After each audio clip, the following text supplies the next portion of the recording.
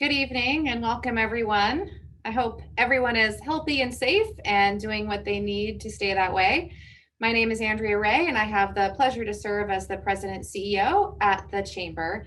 And on behalf of our board and staff, welcome to our virtual mayors and elected officials reception. This copyrighted virtual event is presented by the Seattle Southside Chamber of Commerce and may not be reproduced or retransmitted in any form without the express written consent of the Chamber. Thank you to our sponsors. Our media sponsor, South King Media. Scott and Teresa Schaefer have been tireless advocates for our community. As a small business themselves, they are dedicated to helping other small businesses grow, as well as keeping our community connected and informed. Scott is broadcasting this event live on Facebook so that even more people are able to watch with us and ask questions.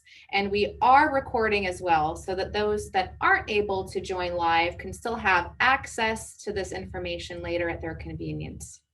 A few housekeeping notes. If you are joining us through Zoom, as a registered attendee, you can type questions into the Q&A feature and we will get to them after our presentations by our elected officials and a brief panel discussion.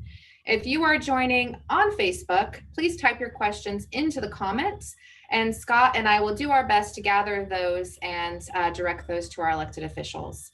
Again, thank you for joining us. I also want to make a brief announcement that unfortunately Mayor Pina from Des Moines had a family emergency that has prevented him from joining us this evening. We're so grateful that Deputy Mayor Mahoney has graciously stepped in to deliver the presentation. And I know that you all share my deepest concern and heartfelt wishes for Mayor Pina and his family. I want to also thank our presenting sponsors, the Port of Seattle, Puget Sound Energy, the Boeing Company, the Seattle Southside Regional Tourism Authority, and Soundside Alliance. Thank you also to our event sponsor, Baker Commodities Incorporated, and again, South King Media, our media sponsor. We now have the opportunity to hear a little bit from our presenting sponsors, and the first is a video from the Port of Seattle. We'll go ahead and play that for you now. I like that I'm building something positive for the community. I'm giving back to the community for those people that need the help right now. Another thing I like about this program is I'm building up skills that are gonna help me for the future career I'm trying to approach, and that's general carpentry. So this is our construction build site for what we're calling our Sandpoint Cottages Summer Build Camp in partnership with the Port of Seattle, the Urban League of Seattle, and the Low Income Housing Institute. So what we're doing today is we have students that are invited to participate in a summer program, learning the construction trades from our instructors, learning about affordable housing and construction, and some really cool modular techniques that are quite cutting edge. This program gives skills from all sorts. There's not just gonna be one skill you'll learn. You'll learn skills from building to remodel, knowledge of leadership. I've learned a lot about reading blueprints, framing, a lot of different types like hangers, joist hangers, or hurricane ties, stuff like that. A lot of different nails and screws I've learned about, and how to use tools safely. It's been a fun experience. I can do whatever I want. I can build anything now because I got the mindset and everything, the experience, the people I can ask for help. So yeah, amazing. From the beginning, we saw that there was a huge need to have employment for youth. The Opportunity Initiative accomplishes two of the port's goals. One is to help those families and youth adversely affected by COVID-19, and then also to build a pipeline for youth that might be interested in port-related careers.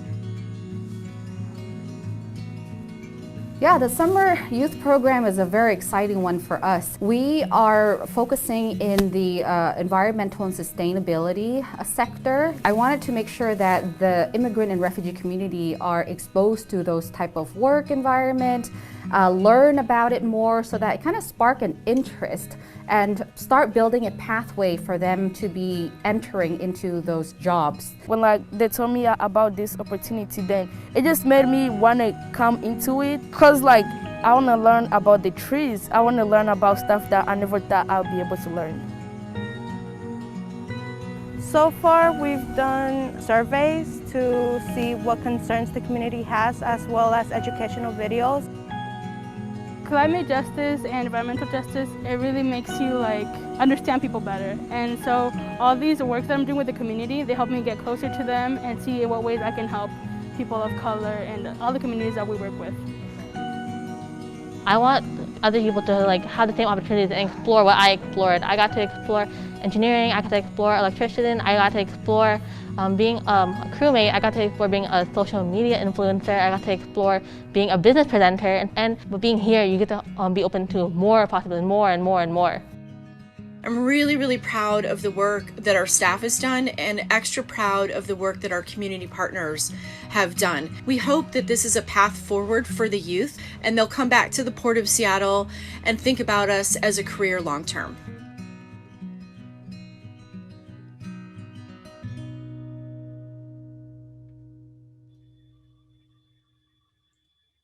Thank you so much to the Port of Seattle. Want to also give a special thank you to the Boeing Company and to our board member, Ryan Tomasic, and for all of his support.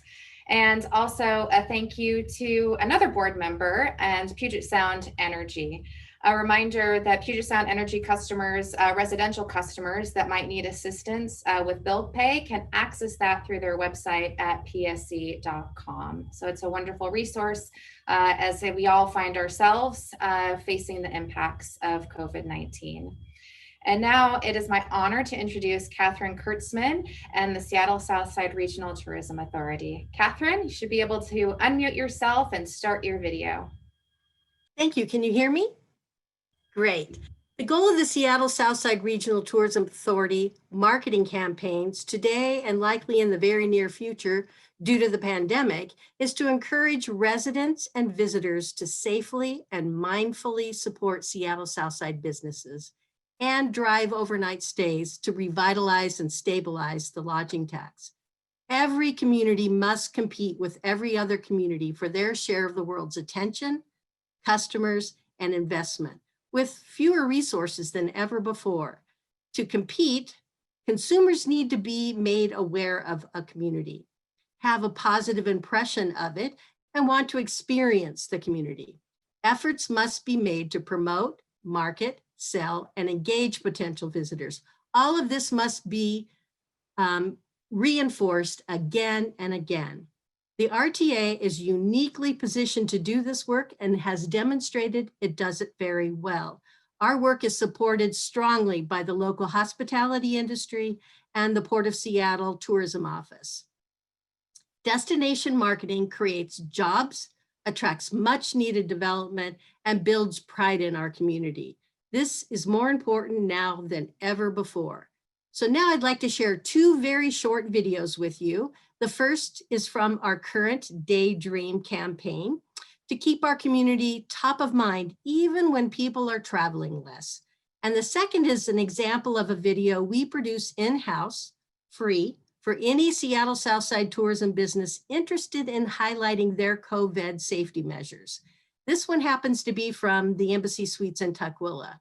They had over 4,000 views within a few days of uploading it. So clearly it is something, a subject matter that folks are interested in.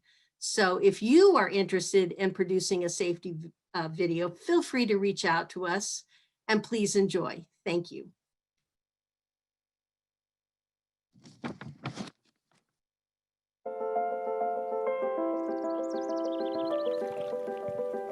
Come on at 10, 9, 8.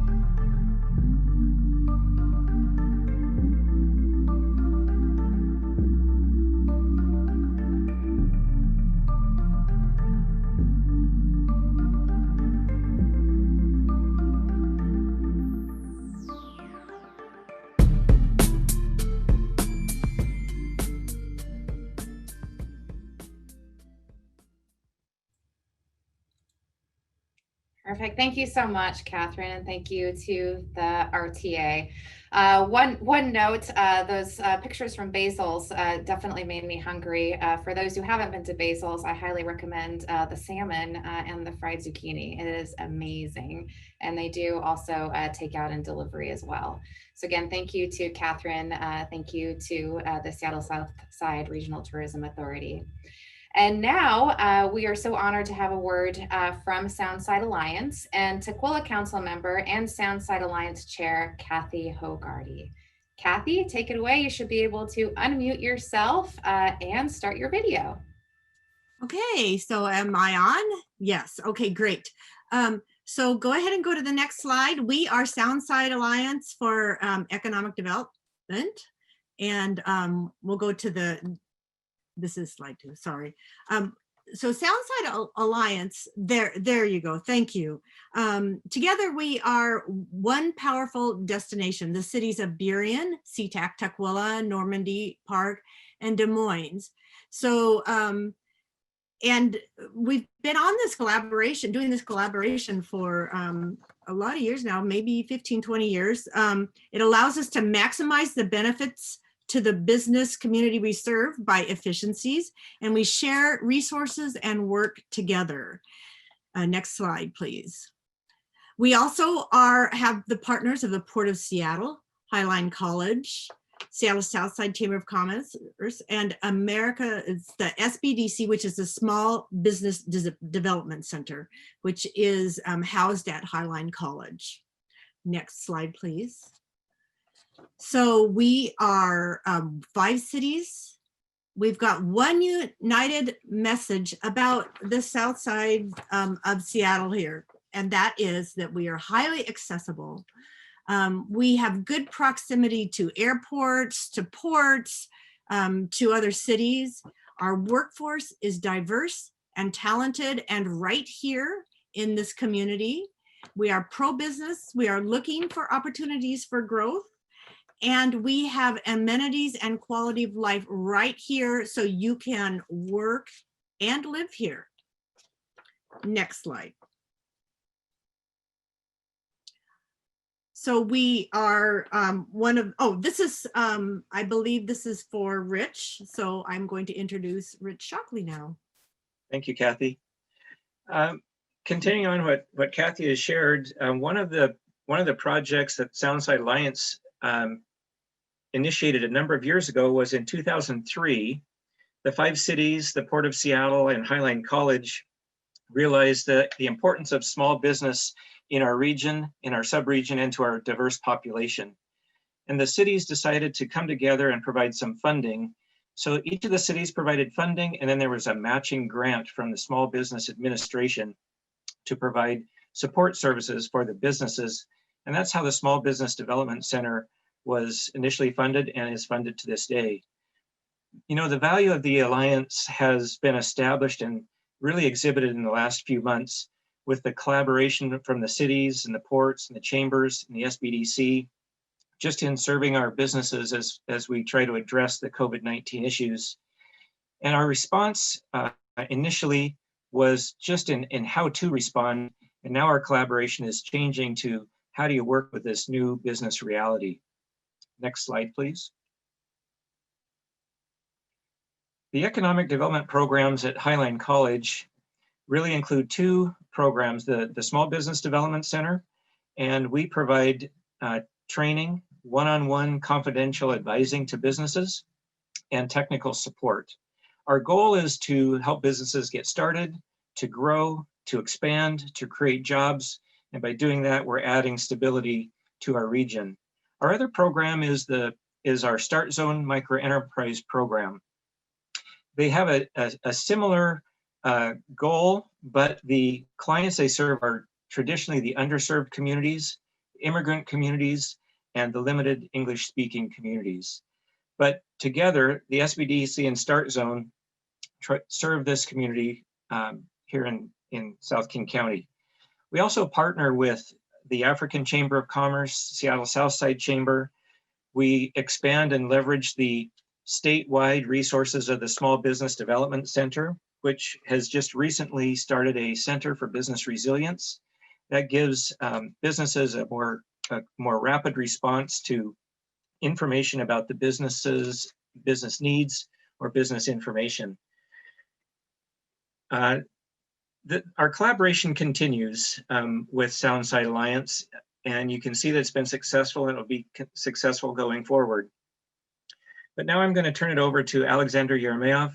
He's the Economic Development Manager for the City of SeaTac, and he's the Chair for the Soundside Alliance Operations Committee. Alexander? Thank you, Rich. And for those who don't know Rich, he did not introduce himself, so I'll take the pleasure of doing that. He is the director for the Small Business Development Center at Highline College, and he is our best secret weapon for business development and business assistance here. So if you haven't had the pleasures to meet him, do so.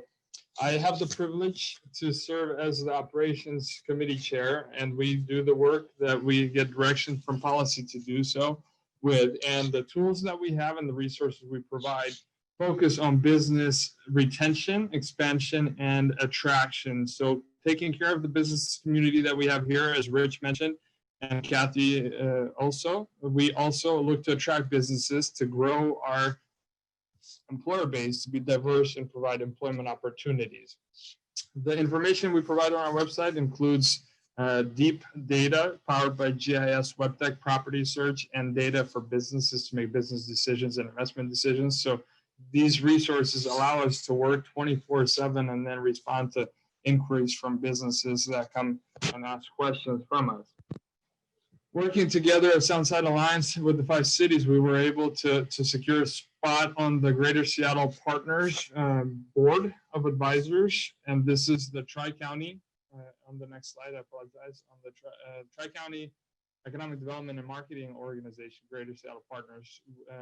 Our policy chair, Kathy Hogarty, sits on that board seat, and we provide our perspective from South King County to the Regional Economic Development and Planning. Next slide, please.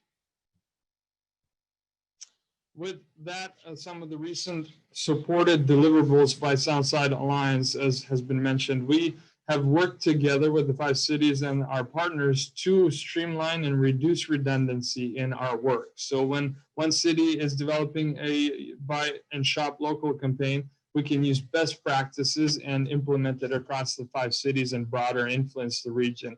Also, the Seattle Southside Mitigation and Recovery Task Force came out of our collaboration, which Chamber has been professionally leading and providing great resources to the business community. The programs for small business grants also was developed in collaboration with these cities. And we do try to make sure that the consumers and the businesses that we serve get the best service because of our collaboration. Next slide, please. With that said, I would like to reiterate that the collaboration and the relationships that we have allow us to respond quickly and respond cohesively and serve all the people and businesses that we serve in the communities we operate within in a professional and quick and responsive manner. So we ask for continued support by the elected officials and the mayors for this collaboration for economic development by Soundside Alliance. Next slide, please. With that, I would like to thank on behalf of the 5 cities and our partners, and we're excited to be a resource to you. Use us as your professional economic development staff, and we are here to serve you and serve the public. And I thank you for being here with us tonight. Thank you so much, Alexander. Again, our chamber is a proud supporter and proud partner. We do, work smarter, not harder, and, appreciate the opportunity just to be a collaborative partner in the work. So again, thank you to Soundside Alliance. Want to also just say thank you to all of our sponsors and welcome everyone. Just a brief moment to acknowledge all of our elected officials that are here today. You'll hear from elected officials from our 5 cities and the Port of Seattle. We are also thrilled to have some of our board members here. We have our chair, Brian Frederick from Mainspring Wealth Management. We also have Quinn Apuzzo from Recology Cleanscapes on our board here. We have Council Member JC Harris from the City of Des Moines. We have Council Member Kate Kruller from the City of Tukwila. We also have Councilmember Kwan from the City of SeaTac. So again, thank you so much to our board members, our elected officials that have taken the time to be here with us this evening. Our chamber is a nonprofit business organization that has served the communities of Burien, Des Moines, Normandy Park, SeaTac, and Tukwila since 1988. We focus on business advancement and creating opportunity in South King County because we know that economic equity and development doesn't just happen. We all need to work together to raise our tide, and we're proud to do that every day. We were founded on the belief that we are better and stronger together, and it is in that same spirit of collaboration that we bring opportunities to connect and engage, and why we are so grateful to our members that despite the incredible hardship our business community has sustained, that they continue to give back to our community to support one another and us. Welcome to our new members. Thank you to all of our members. Your passion, your drive, your focus inspire us to continue to do our work. And now it is time for our presentations. Each elected official will have an opportunity to deliver a presentation. We ask them to share with us their policies and priorities as we navigate what we know will be a lengthy recovery. After the presentations, we'll have an opportunity for a brief panel discussion and answer your questions.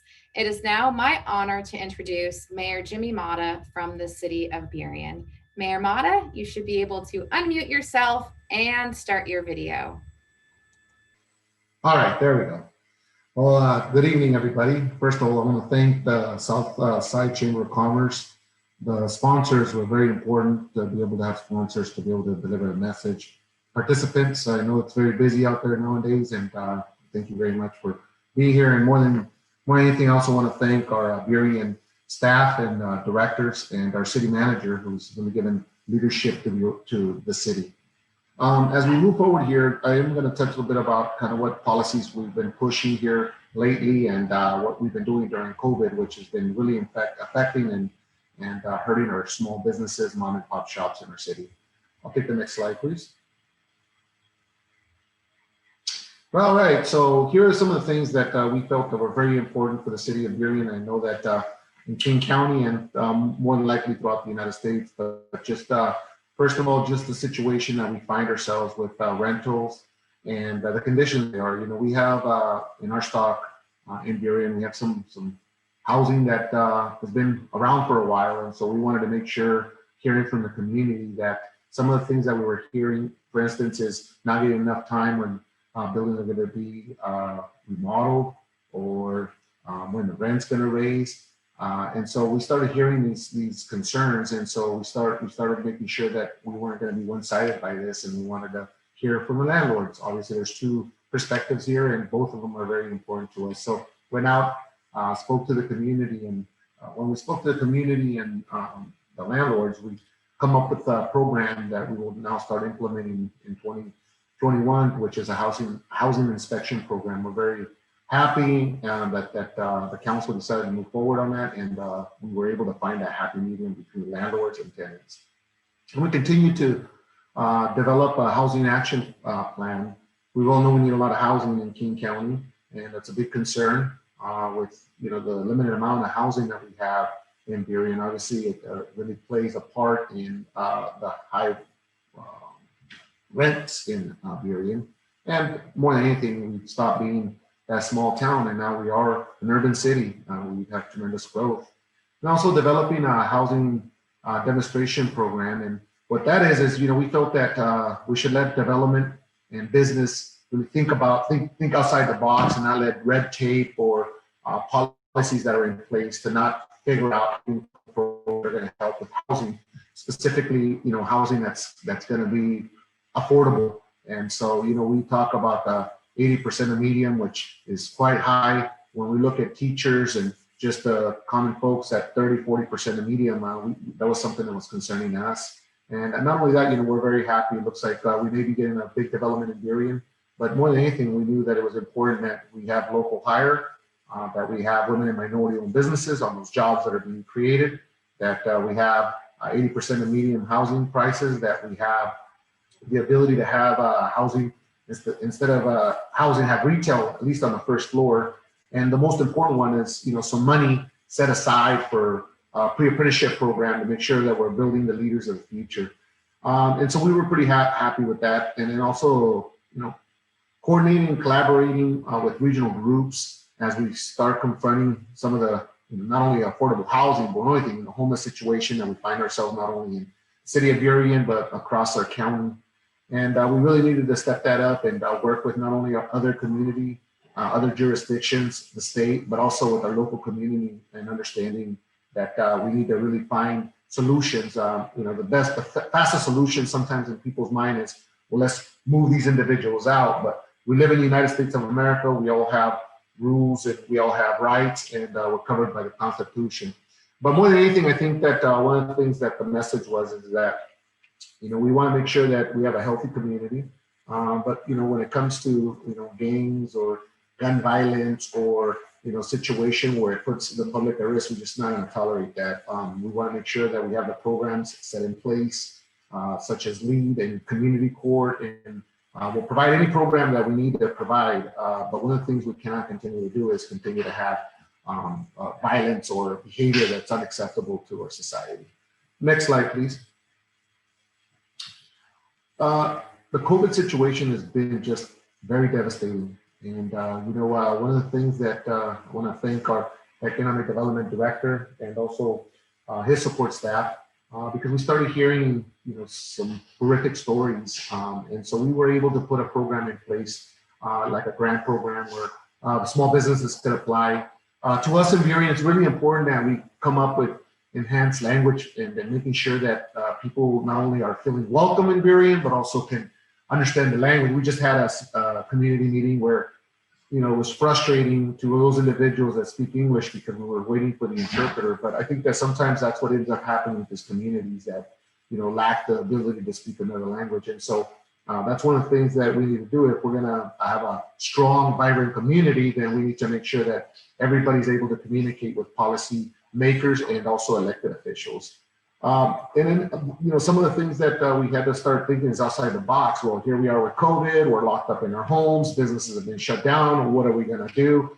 And I'm glad that, technology has really helped, not only Facebook, but multimedia. We were able to make sure that we have the ability to develop a social media page specifically for economic development. And we were able to do that in different languages. And so I'm very proud of the work that our staff has put together with the leadership of our city manager. And the other thing is, once we opened up, we're going, okay, well, now we're open, we're at 50% capacity. Well, for mom and pop shops at 50% capacity, it's going to put them out of business. So we figured, well, what can we do to make sure there's not all this red tape and we can make sure that our businesses are going to survive this? And so we expanded our ability to have, lunch and dinner outside on patios. We suspended some of the parking regulations, and we're allowing outdoor dining, and then some of the permit fees were also waived. And so one of the things that I'm very happy to be part of as a city, where we want to hear from community, business. It's very important that we hear from not only the people that are creating jobs, but also the people that are working those jobs. Next slide, please. The other thing is that we wanted to make sure we can't do this alone, right, with our own staff. I mean, we have a very limited amount of staff, lack of resources, but we wanted to reach out to organizations like Venture, which is a nonprofit, and we wanted to see if they could support us with, some of the entrepreneurs that lack the language skills or might lack the business, basic business skills. And so we wanted to make sure not only were we able to do that in English, but also in Spanish. And so to me, that was very important, and very happy that we were able to create this. We believe that it's important that we give the opportunity to small businesses starting out, just, some of the headaches you end up dealing with, I forgot that I need that insurance, or I didn't know I needed that insurance. So we want to make sure that, people have the resources and support. And what we're very excited about, and I'm very excited about, I love food. We are called Foodie Paradise. We have some of the best food And unfortunately for Seattle, what's going on with the West Seattle Bridge, it's been very positive for us here in Burien. People from West Seattle are coming into our community and spending their dollars, very grateful for that. But one of the things that we want to make sure is that we had a new maker space and basically a community kitchen, and that'll be opening up this fall. And so that, and I just want to thank Discover Burien because they really thought outside the box, and they've been doing all sorts of different things on our media, on their media page, and promoting our businesses and showing different dishes. And so if we see food on pictures, it's just so delicious. And I'm happy that our city has stepped up and helped fund this. But more than anything, I just want to leave this message is that as we continue to move forward, we need to continue to work together. Even when we have different philosophical views or different perspectives on what policy we're going to be moving forward, I think that we're losing is being able to have that conversation, right? And communities are changing, and I just want to say that very happy to see that here in the South End City, we are now the second safest city. And so, I want to thank, Normandy Park's #1, and we're going to continue to work hard in making sure that our community continues to be safe and that we continue to have economic dreams come true. And, we want to invite business to continue to open up in Burien. But we also know that if you're going to come to Burien and open up your business, we're going to have to collectively be able to confront some of the issues that we have to confront when we have poverty still knocking at our door. So I want to thank everybody, and stay safe, keep pushing hard, bring your family, and let's continue to work together to build a vibrant county. And thank you very much. Appreciate it. Have a wonderful afternoon. Thank you, Mayor Mata. Really appreciate that. It's now my honor to invite Deputy Mayor Matt Mahoney from the city of Des Moines. Deputy Mayor, you should be able to unmute yourself and start your video. Thank you. Well, Des Moines is excited to be here, and we just want to thank Seattle Southside and its sponsors for hosting this event. Let's go on to the next slide, please. Thank you. Next slide, please. Des Moines is a small city compared to some of the others, but we're 31,580 in population. We're diverse in both age and ethnicity. We have a combination of both older established residents and younger families in this exciting mix of intergenerational content. Next slide, please. So our form of government is basically a mayor and city council. We set the policy, approve the budget, and our city manager is the executive in charge. It's more like a corporation where we're the board of directors and he's the CEO. Next slide, please. During this time, like all our sister cities, we've been responding to the pandemic. We established an emergency operations center right away in conjunction with the South King County Fire Department, or Fire and Rescue, the police department, and our city staff. We approved a proclamation in declaring an emergency in March of 2020, and shortly thereafter, we closed our facilities. In this pandemic, so far, we have lost only 4 members, which is 4 too many in our book, of our population. But it's been through these controls and constant public notification that we stress wearing masks and shelter in place and those types of things that I think were effective. Also, the pandemic has really caused some additional problems in our budget. Currently, we're looking at a $4 million shortfall, and immediately we began taking measures by reducing costs and delaying projects and so forth to balance our budget. Also, we did a couple of creative things. We had court, so we figured out how to do court through Zoom hearings.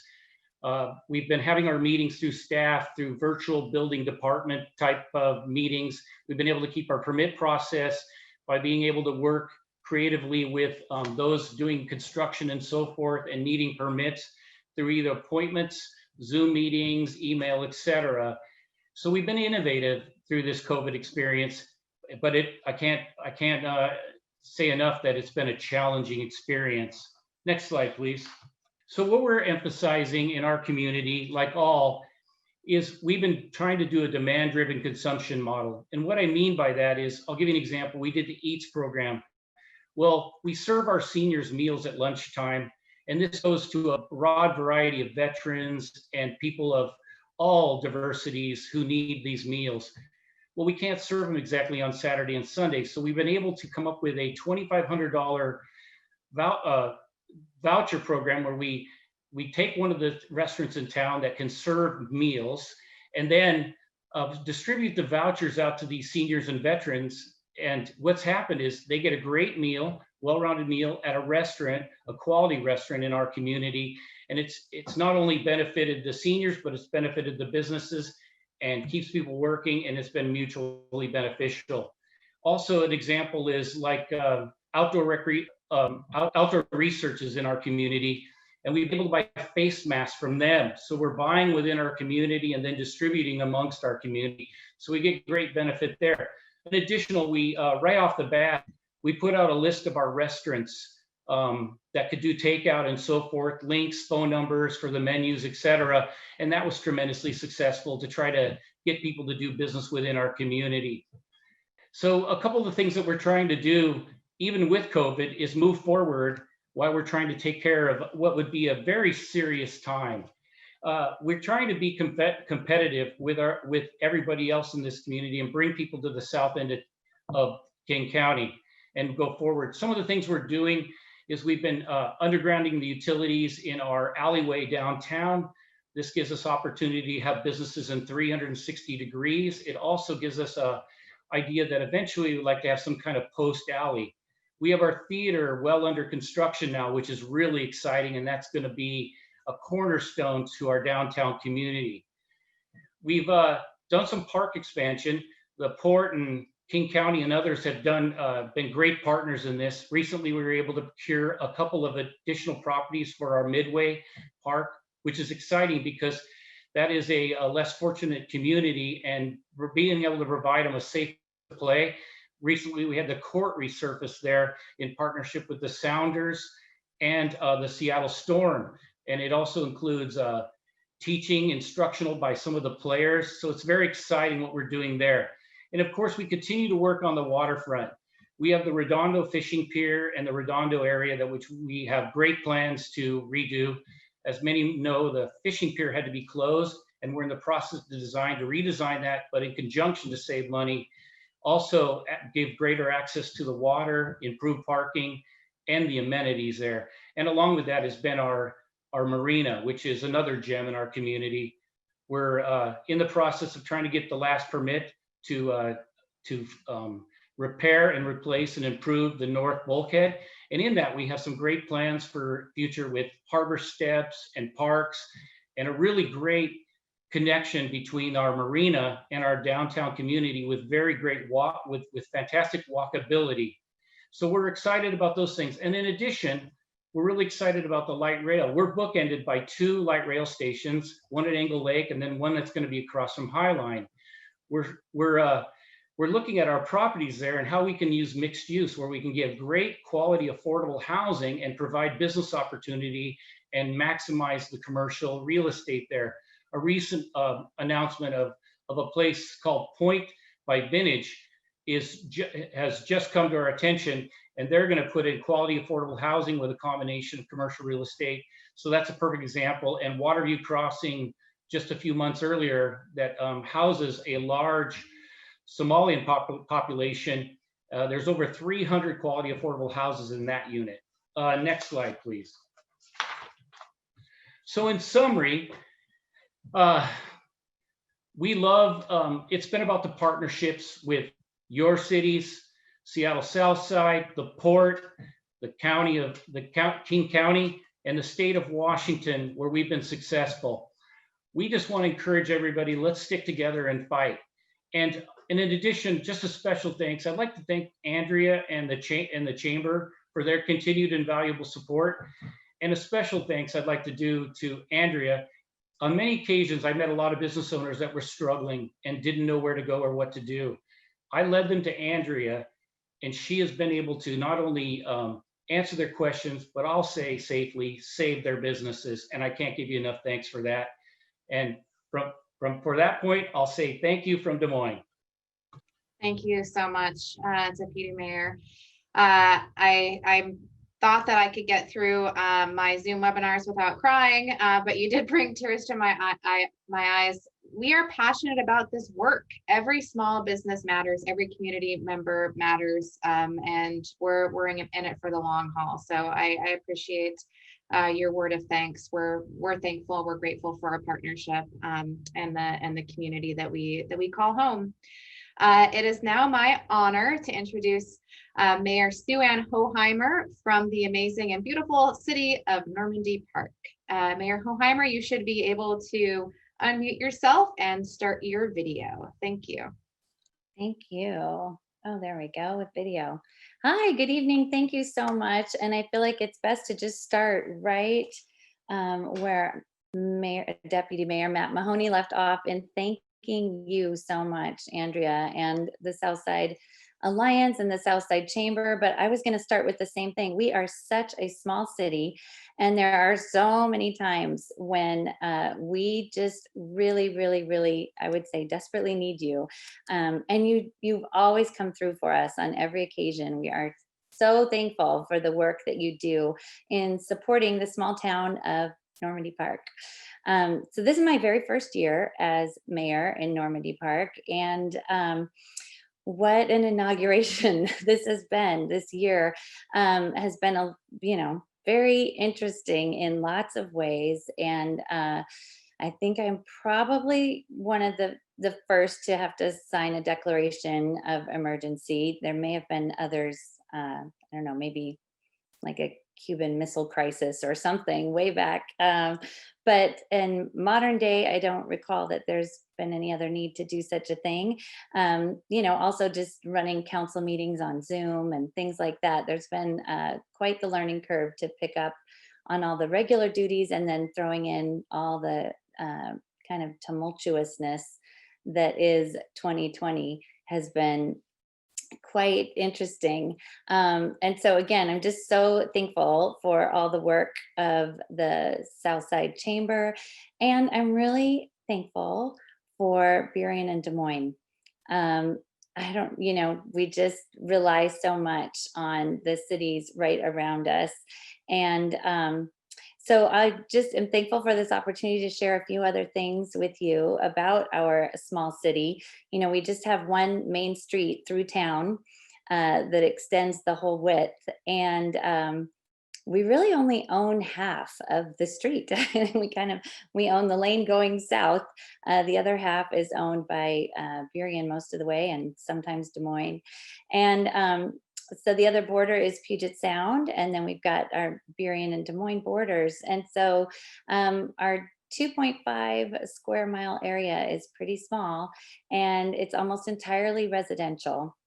We have just our commercial businesses are located only on that one street through town on First Avenue. And so being able to really focus our policy and our priorities on those businesses during this time is what we've been doing. Really just working on retention and recovery in terms of how COVID-19 has been affecting us regarding economic development. So when we first learned of all that was going to be shut down with COVID-19, the city development director, Holly Keaton, and I were able to put packets together, thanks to the chamber, that really helped all of our various employers understand the PPP process and the CARES Act funding. And we were able to walk around and deliver those mostly by hand to our businesses. We have about 60 brick and mortar businesses in Normandy Park, about 172 businesses total, I think, as of last count. So we have a lot of home businesses in Normandy Park as well. And moving forward, we are looking for lots of ways to continue to really support the home businesses that we have here.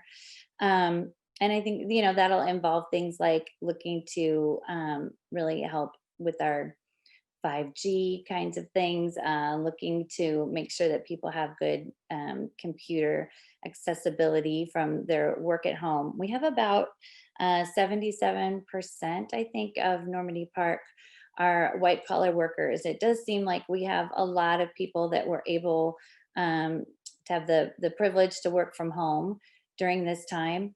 And so we are really kind of bustling around here. Lots and lots of people are out on our streets walking. We're a big walking city, and hiking, and we have 8 public parks, and quite a few of those are great for hiking in, and about 80 acres of them are forested. And so people have been really able to explore and enjoy the parks that we have in Normandy Park. And I think that we've been fairly quick to do some readjusting. Our city is known for lots of festivals and events where social distancing would have been a little bit challenging. And so we've been able to incorporate lots of virtual events, and we've done a lot of car parades, and drive-in movie theater has been established a couple of different Saturdays, and that's been really fun. We have been able to look to do a little bit of business attraction even during this downturn. We've added one new burger shop, and we're just working on ways that we can be prepared to attract business as things do open up and do get better for us. You know, usually as a small city, we feel like all you big cities out there just surpass us by so much with your sales tax revenue, which you totally do. And this is one of those interesting times for us where relying mostly on our property taxes as our revenue, our budget does seem to be still in line, and we haven't had to lay anybody off. We're really thankful for that. And so we have like 7,000 people that live in Normandy Park are pretty much all shopping at our one grocery store. And we have 2 hardware stores. And so it looks like lots of people are into their doing their own home projects. And so those 2 hardware stores are also doing pretty well. And so we just feel really thankful that we've at least got 3 big businesses that are able to be fully operational at this time. And so we're working on doing some interim regulations to extend our outdoor dining for the restaurants that we have. And we're working on a sort of a, I guess it would be a marketing campaign that I think in some ways is inspired by the work that the SMART committee has done with our Keep Calm and Carry Out campaign. We've gotten a lot of people thinking about that word calm. Years ago, Blake Messer was a business owner here who did a campaign for us for the Port of Seattle. They asked for something that they could put up in a kind of diorama or poster at the airport.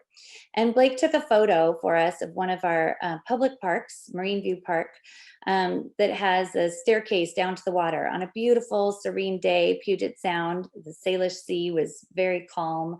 And he took this photograph, and we ended up putting it up at the port, and it says, Normandy Park, the center of calm. And I think that word calm at the time just wasn't necessarily sitting with people. But in relation to kind of the tumultuous 2020 that we've been all experiencing, this idea of calm has really begun to resonate with folks. And so we're looking at something like anchored in the center of calm, and hoping that we can kind of use this year to really build around that concept. And we're hoping then, you know, maybe there are some businesses that would be attracted to the idea of anything that centers people or helps them find their calm. We would love to be able to work with businesses in that regard and sort of celebrate that we are this kind of sleepy bedroom community even still. And we just are all about community and really supporting one another. And so even with the real struggle that a lot of our neighboring cities are going through, I just want to make sure to mention that the people who live in Normandy Park are very, very big-hearted. And we've got time, talent, and treasure that we are willing to share, and we're good about rolling up our sleeves and getting involved. And so we like to be able to be available to the areas that need us, and in ways that we can help. I'm really thankful to the Sound Cities Association and some of the other King County associations that our city council members have been a part of. And it looks like that means my time is up. And so I just wanted to again thank the chamber for this opportunity, and thank Tukwila and SeaTac, as well as Burien and Des Moines and the port. I'm looking forward to continuing to work with all of you in many, many ways. So thank you very much. Perfect. Thank you, Mayor Hoheimer. Yes, the spirit of community is alive and well throughout all of Seattle Southside, and especially in the city of Normandy Park. So thank you for sharing a little bit of that with us this evening. It is now my honor to introduce Mayor Aaron Sitterly from the city of SeaTac, which we are sitting in live in our office. The Chamber of Commerce moved to the city of SeaTac City Hall building in the second floor. We hope that you are able to come and visit us soon. Mayor Sitterly, you should be able to unmute yourself and start your video.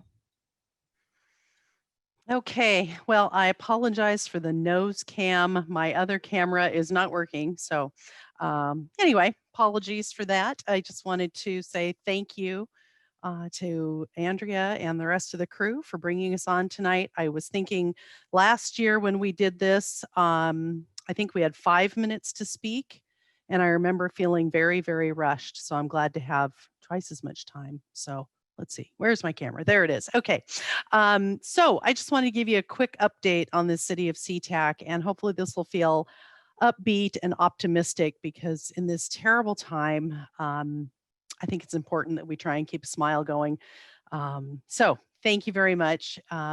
So first slide, please.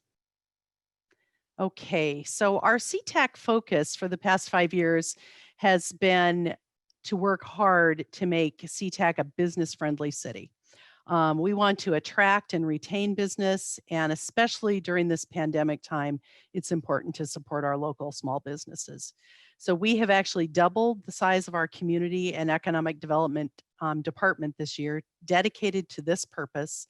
And our staff is continuing to lean out our permit process and ease the way for our developers. We've actually been told that large project permit processes is about 6 months here in SeaTac versus 36 months for other large cities. So that always feels exciting. This year, the City Council approved the expansion of the multifamily tax exemption program in order to attract a range of housing in our city. And over the last few years, the City Council has set up a policy to build up a really healthy financial reserve for that rainy day. You know, we all knew it was going to rain. We did not know that we were going to get hit by Hurricane COVID. So unfortunately, that has swept through our communities, and we are optimistic and hopeful that we'll be able to come out of this even better. So next slide, please. Okay, so since last year, SeaTac has had some really great successes in spite of all the bad news, and our community continues to grow and evolve. We started out by moving forward with 2 mega projects that will not only transform our city, but also benefit, hopefully, the entire region. The Inland Group is constructing 585 brand new affordable housing units at South 154th Street and International Boulevard. So that is right across the street from the Tukwila light rail station. We're also working currently on an approximately 350,000 square foot distribution and fulfillment facility near Des Moines. Sound Transit is expanding the Link Light Rail. And once that gets to Federal Way, that will be a 7.8 mile alignment, including 3 new stations. And our hometown airline, Alaska Airlines, grew their corporate campus with a new Copper River building, and they call it the Hub. And that opened its doors this year. And if you haven't seen it, it's near 188th and Pacific Highway. or International Boulevard, excuse me. And it's a beautiful addition to the road. Okay, so we can go on to slide 3. So finances, yeah, I guess we got to talk about money. The city is working through a significant drop in revenue, just as everybody around us. 40% of our city revenues is sales tax, which is heavily dependent on airport-related businesses. So with air traffic taking a huge plunge, the city is facing some tough financial decisions. We do have a 9.3-month strategic reserve of about $29.3 million. We also have a councilmanic bonding capacity of over $98 million. We do have a current debt of only $1.8 million. And we have a 3-year average capital improvement program of $10.8 million. So while we're facing the same problems with revenue that everybody else is, we're also really proud of our policies that have led us to have a little bit of money extra in the bank. Okay, slide number 4. All right, public safety. So being an airport town, we always have a little bit, it's a unique public safety atmosphere. But we have seen, unfortunately, an uptick in nuisance crimes around International Boulevard between South 88th through about 216th.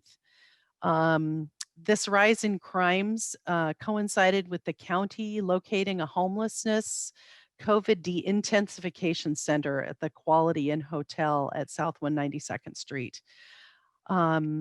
Seems to be more related to people coming into SeaTac and looking for services that do not exist, unfortunately, but I think they've come to expect with this kind of centering. So our city also just held a successful virtual community conversation with the council regarding public safety. And unfortunately, due to our COVID-19 situation, our police have had to pause programs like our Block Watch and our National Night Out, which I personally really miss. I really look forward to our National Night Out in our driveway. So I missed all my neighbors this year. So anyway, hopefully we'll be able to relaunch these programs soon. And our SeaTac police investigative units have had a couple of really big wins this year. They've addressed organized crime and narcotics, resulting in multiple arrests and some very large-scale seizures. So thank you to our SeaTac police officers. And I know our police are actively looking to future community engagement opportunities. It's particularly important right now. Okay, so we can go on to our last slide. All right, so economic development, that's what this is all about. So we've had success in continuing our economic development efforts despite COVID. Our economic development division is assisting small businesses experiencing business interruptions due to COVID-19 with about $350,000 worth of grants through the CARES program. And economic development is working with Sound Transit on selling the Angle Lake TOD property, which is right next to the parking garage. We are expanding our economic development division by hiring a new economic development strategist. And we are in the process of selling 2 surplus former fire stations for redevelopment. Economic development is producing a SeaTac City investment profile, and that's developed for business attraction. And I've seen a draft of it, and it is fantastic. So on to slide number 6. Sorry, I thought 5 was the last one. I forgot. We've got to talk about our parks and our community.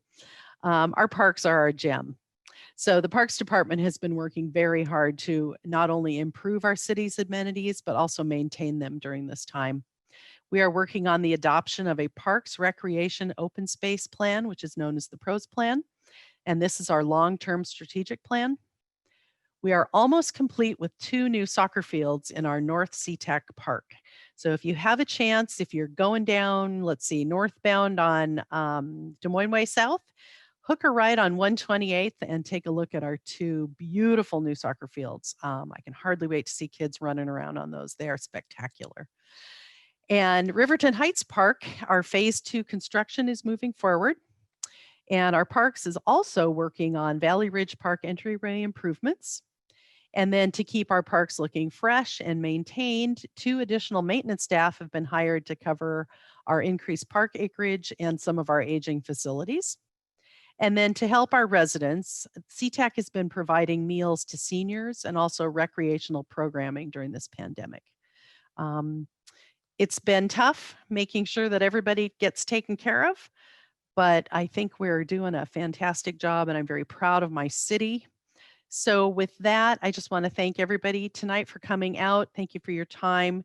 Thank you for all our sister cities around. I'm so glad to be part of South King County, especially our little area. And thank you to the Chamber, and thank you for giving me a chance to highlight the city that I love.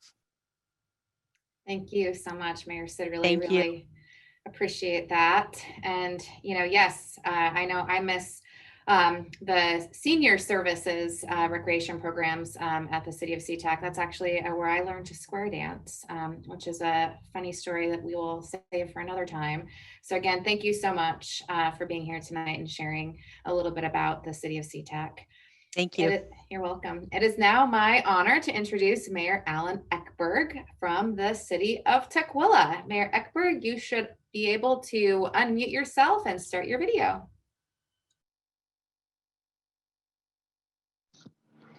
Hello, yes, this is Alan Eckberg from the city of Tukwila, and I want to thank the Chamber and the sponsors of this event. It's a pleasure to be here. I wish we could be in person. If we could go to the next slide, please. Let's talk about our economic situation here in the city of Tukwila. We're looking at about a $10 million revenue loss due to the COVID crisis. And this loss looks like it'll carry over into the next year and beyond, which has forced us reduction in some of our services. One exception, however, we're working hard to avoid is the service impact to our public safety. Tukwila has a lot of hospitality businesses, and that sector has been very hard hit.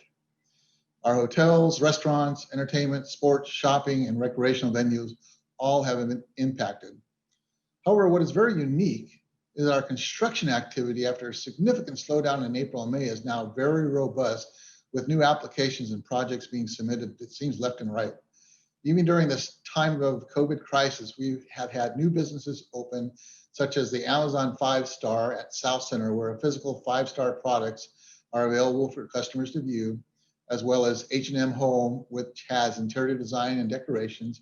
We've had 2 hotels open, Elements by Westin and True by Hilton, as well as a new grocery store, Lamb Seafood. Next slide, please. Our priorities will be summarized on the next slide, but I have to do a shout out, or else I'd be remiss if I didn't say we love our Rugby Seawolves team who train and play here in Tukwila, and we look forward to them hosting matches in the future. Next slide, please.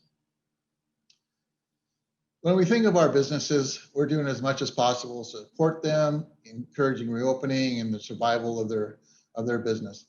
In March, we launched the Great Tukwila Carryout site, which supports restaurants reopening for consumers' awareness. If you want to check that out, Google Great Tukwila Carryout. Following that, in April, the SavingLocalKC.com site was launched, and that offers discounted deals to consumers. As we discovered resources available to our businesses, we email them with a notice of items that might be of help to them. Examples could be grants, the Federal Paycheck Protection Program, disaster loans, technical assistance, reopening guidance, and things of that nature. Outdoor dining has been popular, as we've probably all taken part in it. The city normally requires a permit for use of parking lot adjacent to dining or other activities, but we have waived that. We want our restaurants to have places where consumers to eat safely, and for our retail and entertainment business to have safe places to engage. We're involved with the Southside Promise in providing financial support to our chamber to help businesses reopen safely and promote themselves as well. Due to budget reductions, we implemented furloughs and a hiring freeze. As we need development to continue for our city's economic lifeblood, we are looking to ensure our permitting center is able to help sustain new businesses coming into the city of Tukwila.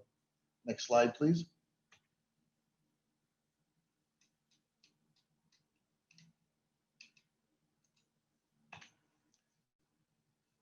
And we are preparing for the future. We must continue to prepare.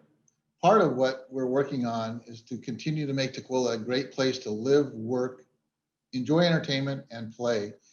We recently launched our Experience Tukwila's program so the region can become familiar with the many positive aspects of our community. The goal is to help our businesses attract visitors and consumers, our property owners to attract development, and our residents to feel pride in connection with the city of Tukwila. We will soon have some new sidewalk art on Baker Boulevard, weather permitting, to reinforce the South Center District's retail, entertainment, tourism, and lifestyle neighborhood. We will also be engaging the business community on a new master plan so that the Tukwila Pond Park can become a true amenity. We want to continue to provide items of interest for the future quality of life of our businesses and our city and our services. Although COVID-19 has impacted us, we remain focused on the bread and butter city services of public safety, infrastructure support, streets, and road improvements. Construction of Fire Station 51 is complete. It's a new fire station down at the south end of South Center. And we are recently opening the Justice Center up on Tukwila International Boulevard. And soon after, Fire Station 52, which is going to be our new command headquarters at City Hall, all to the thanks of businesses and residents who supported our public safety bond campaign. As we go to slide 6, please. We are preparing for the future, as I mentioned, Tukwila South, a large parcel of property under one ownership. We are collectively working with the property owner to assist them in establishing development prospects. These prospects could include retail, housing, business, and other endeavors. We have property that's been developed around us as well. To our north by King County Field, known as Boeing Field as well.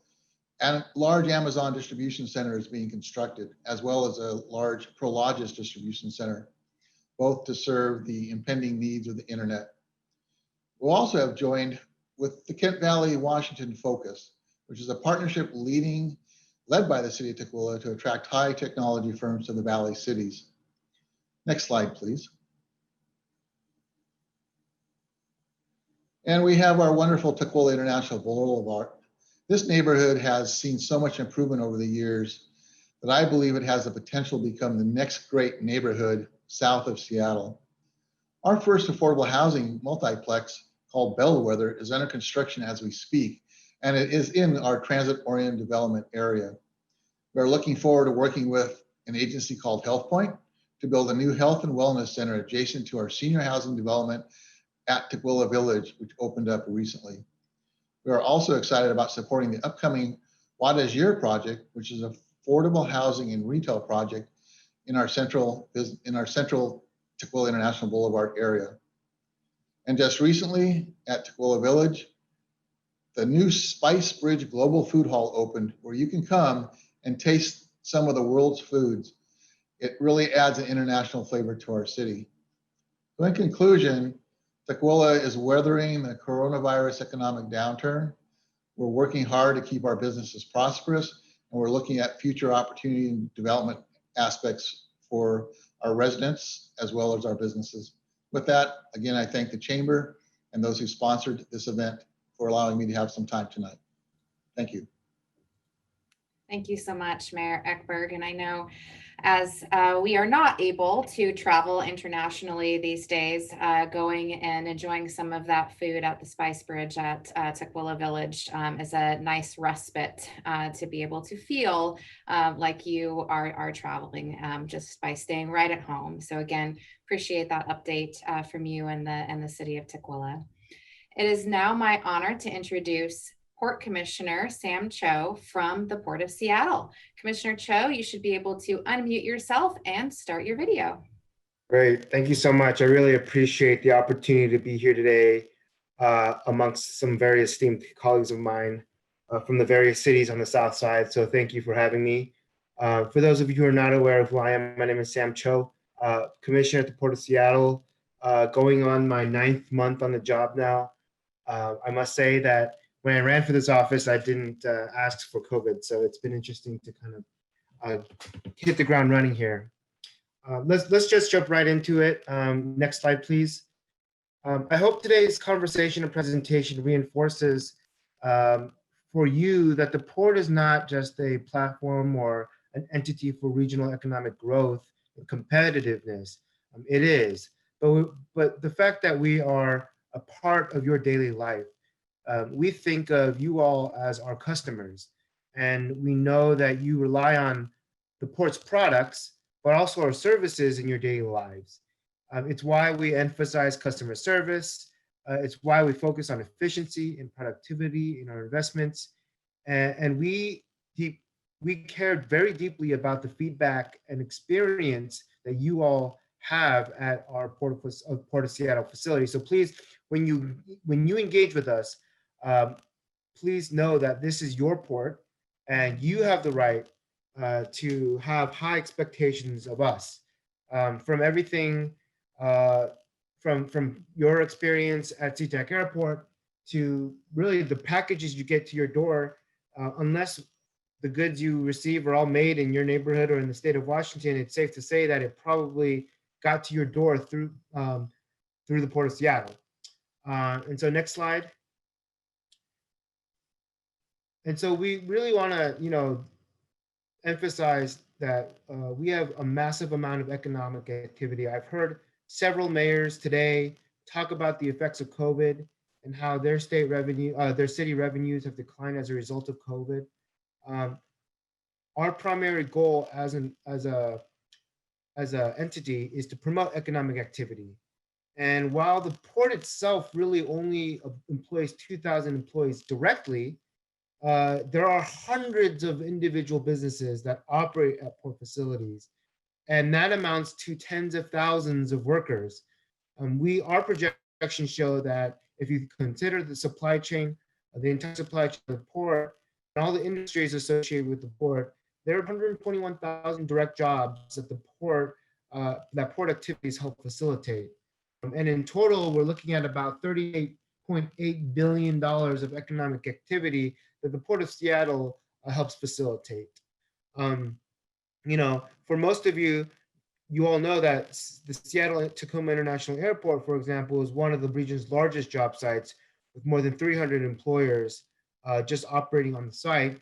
And many of the constituents here, for my colleagues in the various cities, your constituents, a large number of them work at the airport, as you all know.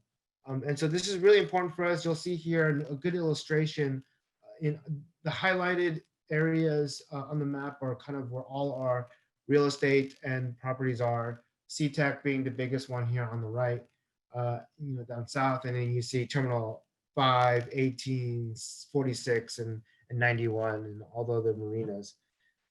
Next slide.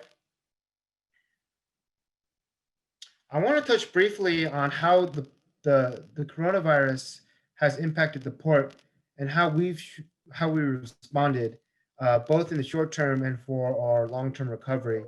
The virus has hit every part of our business. If you look on the left here, the airport throughput here has declined 75% year over year.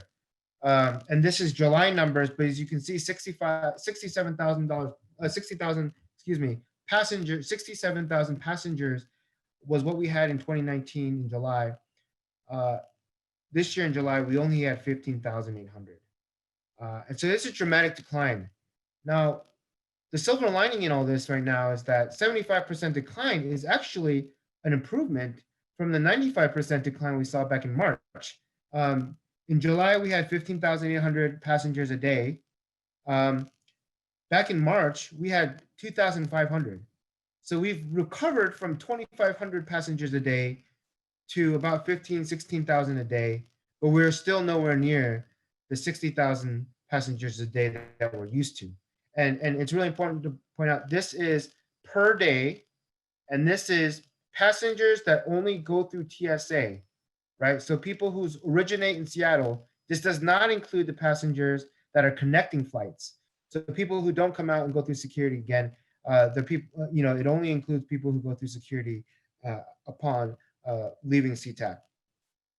In the middle here, you see how our Seaport Alliance has been affected. For those of you who are not aware, Seaport Alliance is our cargo operations. So anything that comes in a reefer or a container. We were down about 17% in the month of July compared to last year. This is also an improvement compared to February and March numbers. We were down between 20 and 25% just a few months ago. And so we've seen a steady recovery here. But I'll tell you, on the cargo side, it's a bit of a perfect storm for us, because not only are we dealing with COVID, but we're also dealing with Donald Trump's trade war. And this trade war with China has really hurt our cargo numbers. And before COVID ever hit us, we were down about 10% on cargo volumes as a result of the trade war. And that has gone up to between 17 and 25%, depending on the month, on cargo volume. So it's been very difficult for us on the cargo side. And then lastly, on the right, you'll see 100% decline in cruise. This one was expected. The CDC has pretty much put a moratorium on all cruise ships for this season. And so we don't expect there to be any cruise revenue or any cruise berths this season. There is an expectation for cruise to come back next year for next season, but it remains to be seen whether or not they will be able to recover fully, or if it's going to be a partial recovery. I think this really hinges on how far we are on fighting COVID and whether or not we end up with a vaccine. Next slide. This slide is really shocking for a lot of people when they look at it. This slide puts into perspective how big of a drop-off we have seen in passenger throughput at SeaTac Airport in the past year compared to the Great Recession of 2008, 2009, and the 9/11 attacks in 2001. And if you look back in 2001, when we were attacked by the terrorists, there was a huge drop-off in flights because of the fear of flying. That was natural.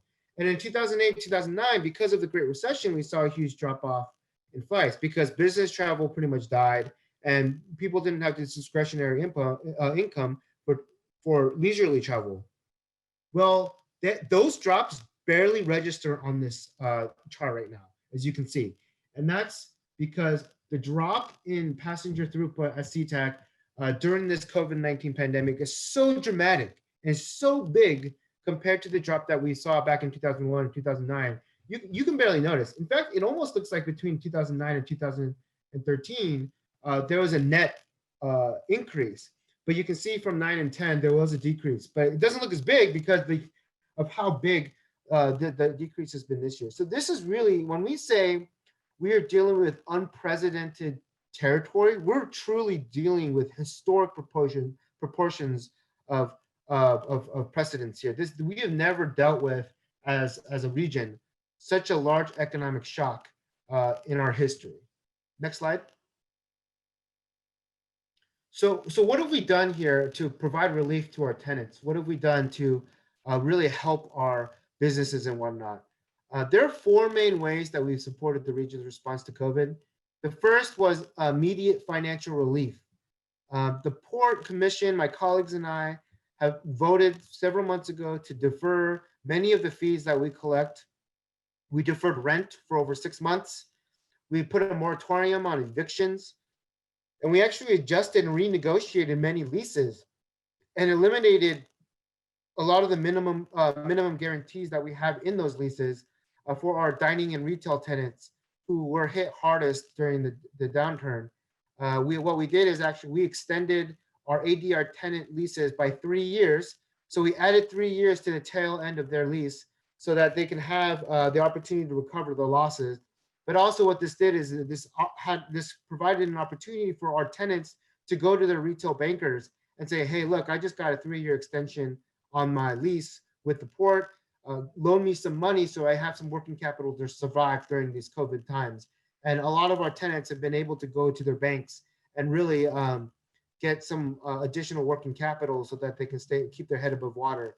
And so, we think of our tenants as our partners, and we want, if our tenants go under, that ruins and makes the customer experience at the port horrible, and we don't want that. And quite frankly, this is one of the areas where the airlines are also in agreement. They want their customers to have a positive experience at the airport. And so we're really trying here to make sure that our tenants are not going out of business. Next slide. The biggest area that I believe that we can make a difference is capital projects. And I think that in the next several years, our recovery rate will really depend on how much money we're willing to invest in construction and capital projects.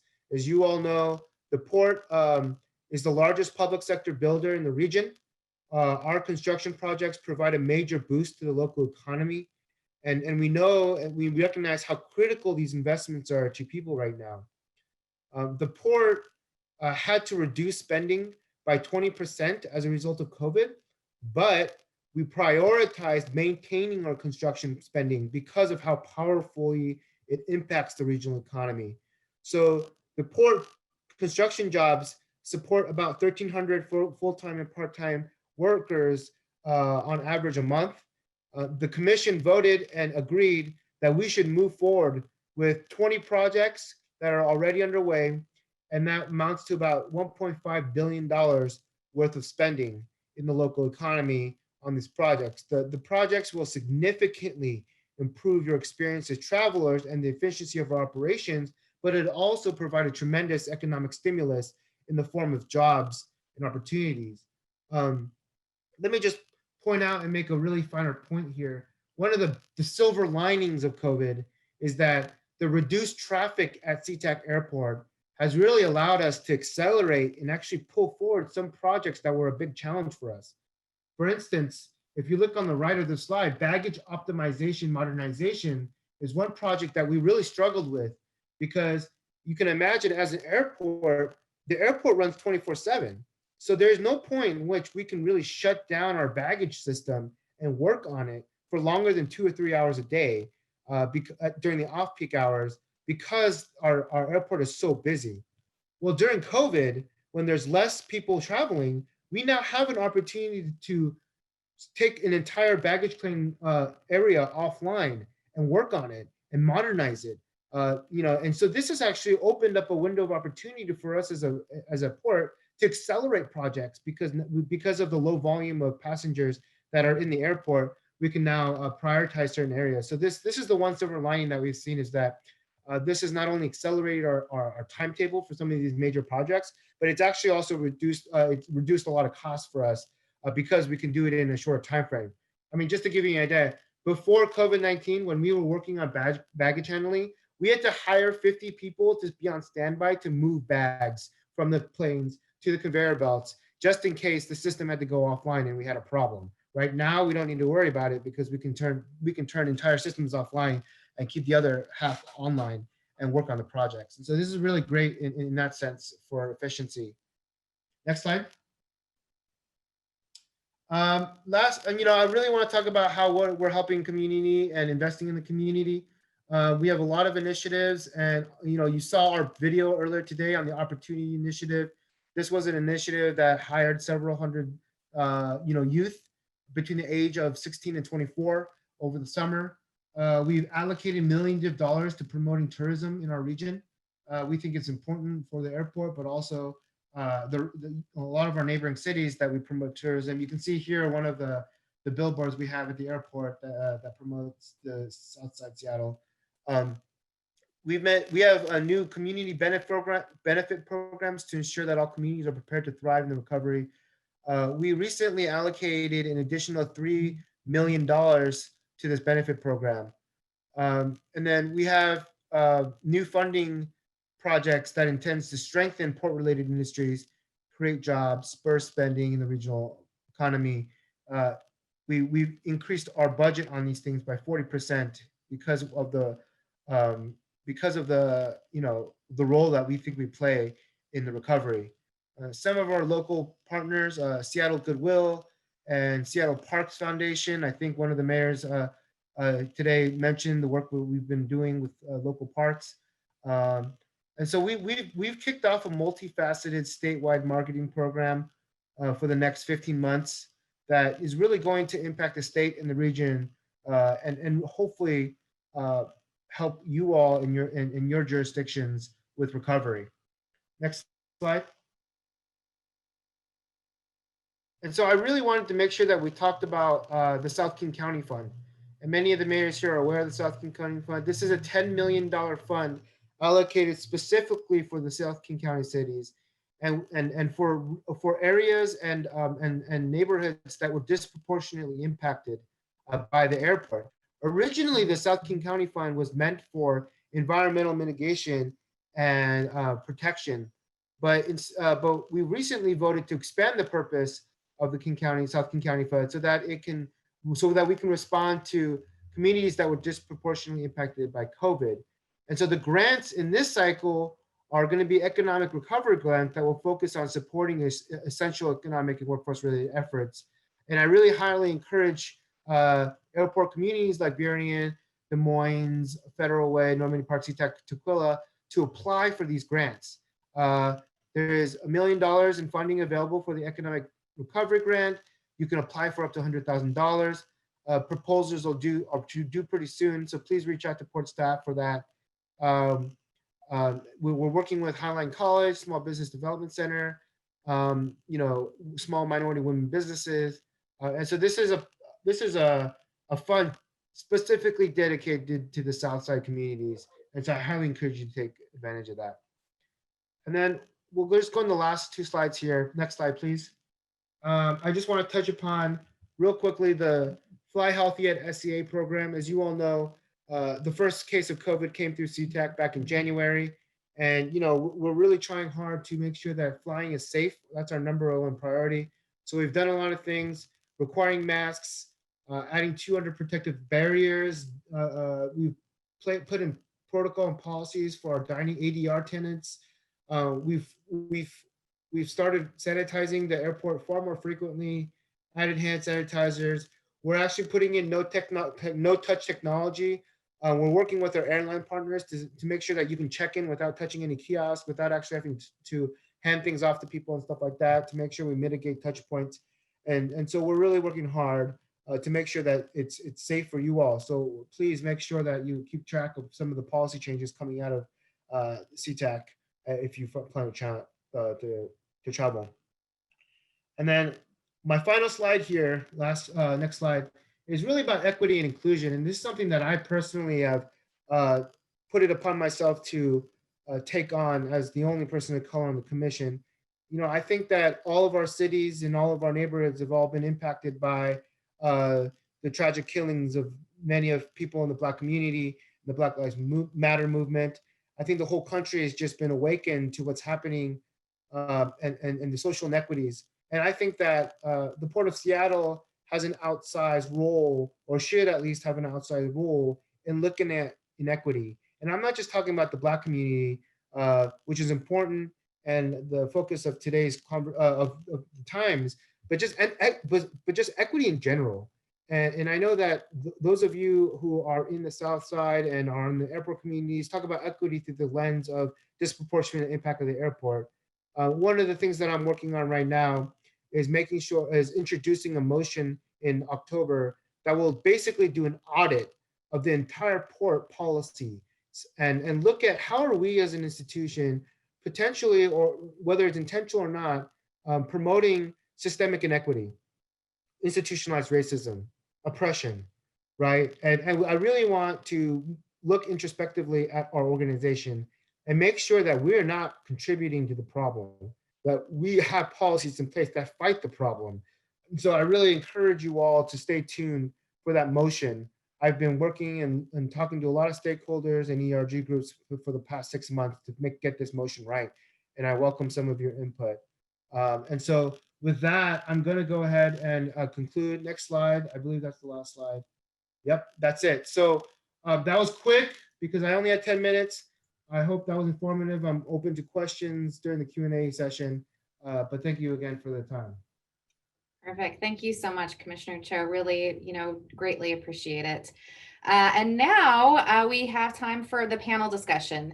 I have a couple prepared questions that we can start the conversation with, and then we do have some questions that have come through in the Q&A and in the chat, and we can get to those.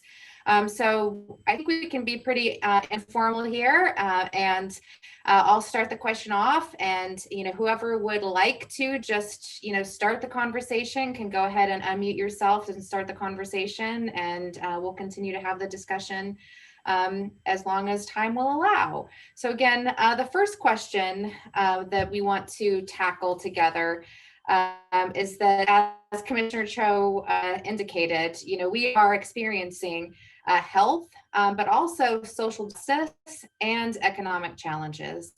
These are challenges that are not unique to our communities. These are challenges that our state, our nation, and our world are grappling with. How can our communities here in the Seattle Southside be a leader in finding these solutions to the challenges that every community faces? I can speak to that just a little bit. Partly I'm glad to, because I think it gives me a moment to sort of cover a couple of the things that I didn't mention earlier.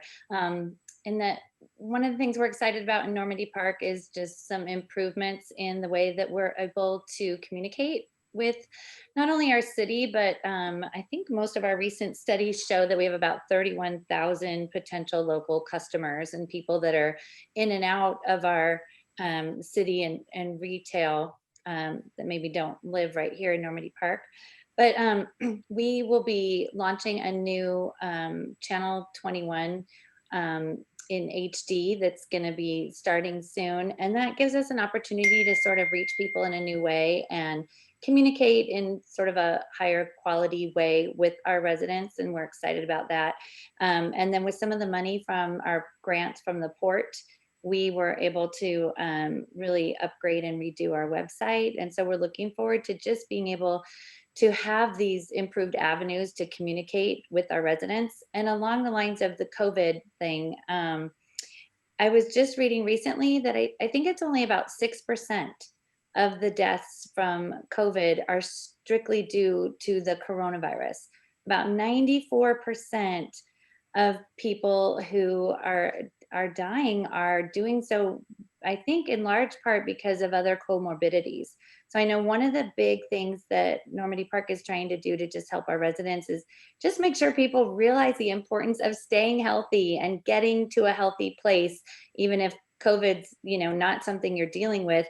The fact that you can head out into the world and socially distance and have a mask on and be your healthiest self is something that we are really trying to promote. So whether that's mental health or getting great exposure in the morning to sunlight, or at least daylight on these rainy days, and things that getting exercise, quality sleep in a dark room, taking your vitamins, getting exercise. I mean, there are lots of things that we can do that don't necessarily add extra cost, but that they, just taking care of ourselves and our mental health and being in a good place can help go quite a ways, I think, in staving off coronavirus. Even if you get it, you should be able to recover pretty quickly. So anyway, that's just one little thing, but it sort of ties in with your main question there, and I think it's important. Could you actually repeat the question real quick, Andrea, so that? Yeah, absolutely. And then I know Mayor Mata, you unmuted yourself, so then we'll get to you next. But again, in general, the COVID-19 pandemic, has charged us, with a challenge that has health impacts. But again, we also have social justice impacts that we are grappling with as a community, and economic challenges. And these are not unique challenges. But we can be leaders in finding the solutions. And so just a general conversation about how can we be part of the solution, and how can we be a leader. So I appreciate those sentiments, Mayor Hoheimer, about leading with health, and being especially responsive with mental health. Mayor Mata. I think you also had mentioned the troubling times we find ourselves with social justice and equity. And I can just say it like this, because I don't know how else to say it. First of all, I'm a proud American. I'm so happy that my parents came to this country and that I was born in this country. Very fortunate. But I was at the North America Mayors Conference, and there were the Canadian mayors, the Mexican mayors, and the American mayors, the Mexican mayors, and Canadian mayors. So I was asked by an individual, "Young man, what part of Mexico are you a mayor of?" And I said, "Excuse me," I said, "I'm not a Mexican mayor, I'm an American mayor." So, and the reason I'm saying this is because, you know, in America, we have no control of how we're born, how we're raised. And when we look at equity, you know, it's like, for instance, you know, I've heard the story where someone says, well, you know, I've been poor as well. I've been barefooted. And I said, well, and I've been a farm worker. I don't understand why, you know, all of a sudden, because you're brown and you're a farm worker, we should care about it. Well, and it's very simple, you know, because the reality is that, you know, my parents love me. And even with my father, I lost a drug overdose. And even with my uncle who lived with me, who's an alcoholic, and even with a single mother, and even with making $3.75, that I knew that my father said, you know, son, should be grateful that I brought you to America. How would you feel selling gums on the street? But although, even though we have the same lives, this is the thing that if I put on a suit as a brown man in this country, and a white or person puts on a suit, I get questioned of, what are you working in? What college did you go to? And it's very interesting for them to know why I'm wearing a suit. And if I'm wearing clothes that's, you know, the hero clothes of workers, I'm asked, and I'll be asked, hey, how you doing here? And somebody will turn around and say, what, are you like the unofficial mayor? And I said, no, I'm actually the mayor. And she goes, well, you can't be the mayor. Why can't I be the mayor? You just can't. So in sharing this, I want to say that, you know, we're all one country. We're a fairly new country. If you look at England, Ireland, Japan, Mexico, Guatemala, China, they have thousands of years of history. And the very thing that makes us strong as a country is the very thing that's tearing us apart. And the reality is, whether we fight it, and statistically it says we will be a minority majority. But you know, at the end of the day, we're all Americans. And at the end of the day, when our soldiers go fight in war for our country, it's not about the brown person, it's not about the black person, not about the white person, it's about America. When I wake up in the morning, I don't wake up reading the newspaper of my parents' country. I wake up reading the newspaper of my country, where all my children have an opportunity. And we need to continue to have that hard conversation. And these communities are changing. We need to have, you know, we need to make sure we're listening to our white allies and even the individuals that may not agree, right? Because at the end of the day, it's a learning process and it's we're having to learn from each other. Thank you. Thank you. Anyone have anything else to add? Deputy Mayor Mahoney. Mayor Mata, I was in the Army and served, and we were all green, but we were Americans. We were all serving in unity together. It was a beautiful thing. I could see how good it can be. I think, to answer your question from my perspective, especially for the residents all across, we have to listen to them, be respectful to their opinions, and agree to disagree in some cases. But we got to find common ground, building community, not tearing it down. Thank you. Thank you, considerably. So those of you who know me know I work in healthcare during the daytime, and I've also had the privilege of serving on both the Board of Health of King County and then also on the governing board of Healthier Here. And you know, through the decades of work down here in the South End, and then through my work on the Board of Health and also on Healthier Here, you know, you learn a lot about, and you realize that the South End and South King County has a greater health disparities and greater negative social determinants of health. And so COVID, I think, has, you know, it's certainly hard to call this a blessing because it's really not, but if it had to be a blessing, it would be that it shines a light on our community down here. You know, I'm from SeaTac, where we have one of the highest rates of COVID infections, and being able to, you know, shine a light on this and help people mobilize. And as Mayor Hoheimer said, you know, increase our general health. You know, I'm certainly one of the at-risk people, so I am doing my level best to keep away from this bug. And so I think in terms of equity, just being able to increase equity, doing whatever we can to increase health equity in this part of our county is important. And if COVID is what it took to sort of push us up against the wall and make us take some actions, then bring it on. It's here, so we might as well take advantage of what we can. I'm hoping that the rest of the county will pay a little bit closer attention to what's going on down here. These disparities are well known and they are not new. So that is that's just my little soliloquy on this tonight, and hopefully King County, we're out here. Thanks. Thank you. Commissioner Cho.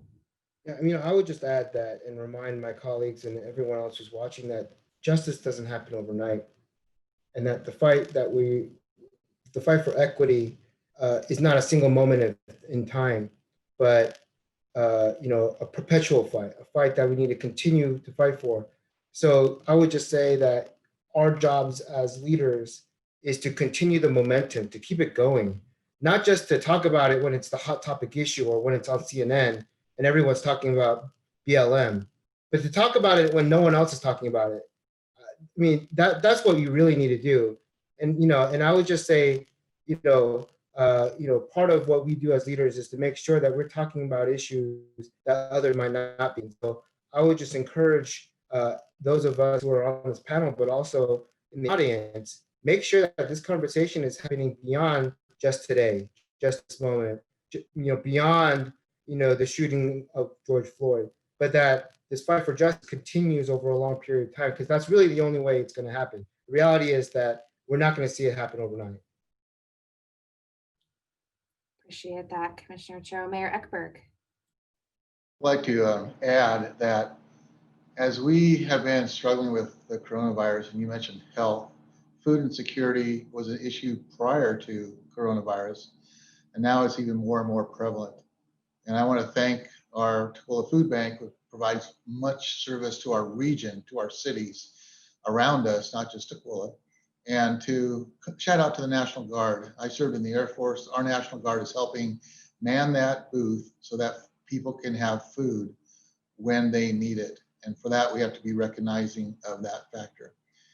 I've learned that it's so easy to say the wrong thing. And I need to work on saying the right thing and understanding it. You look at my history of what I've done in my city, and all that doesn't matter if you say the wrong thing. So as we work with our community and the folks around us, we need to be sensitive to all of us, and that we're all in this together.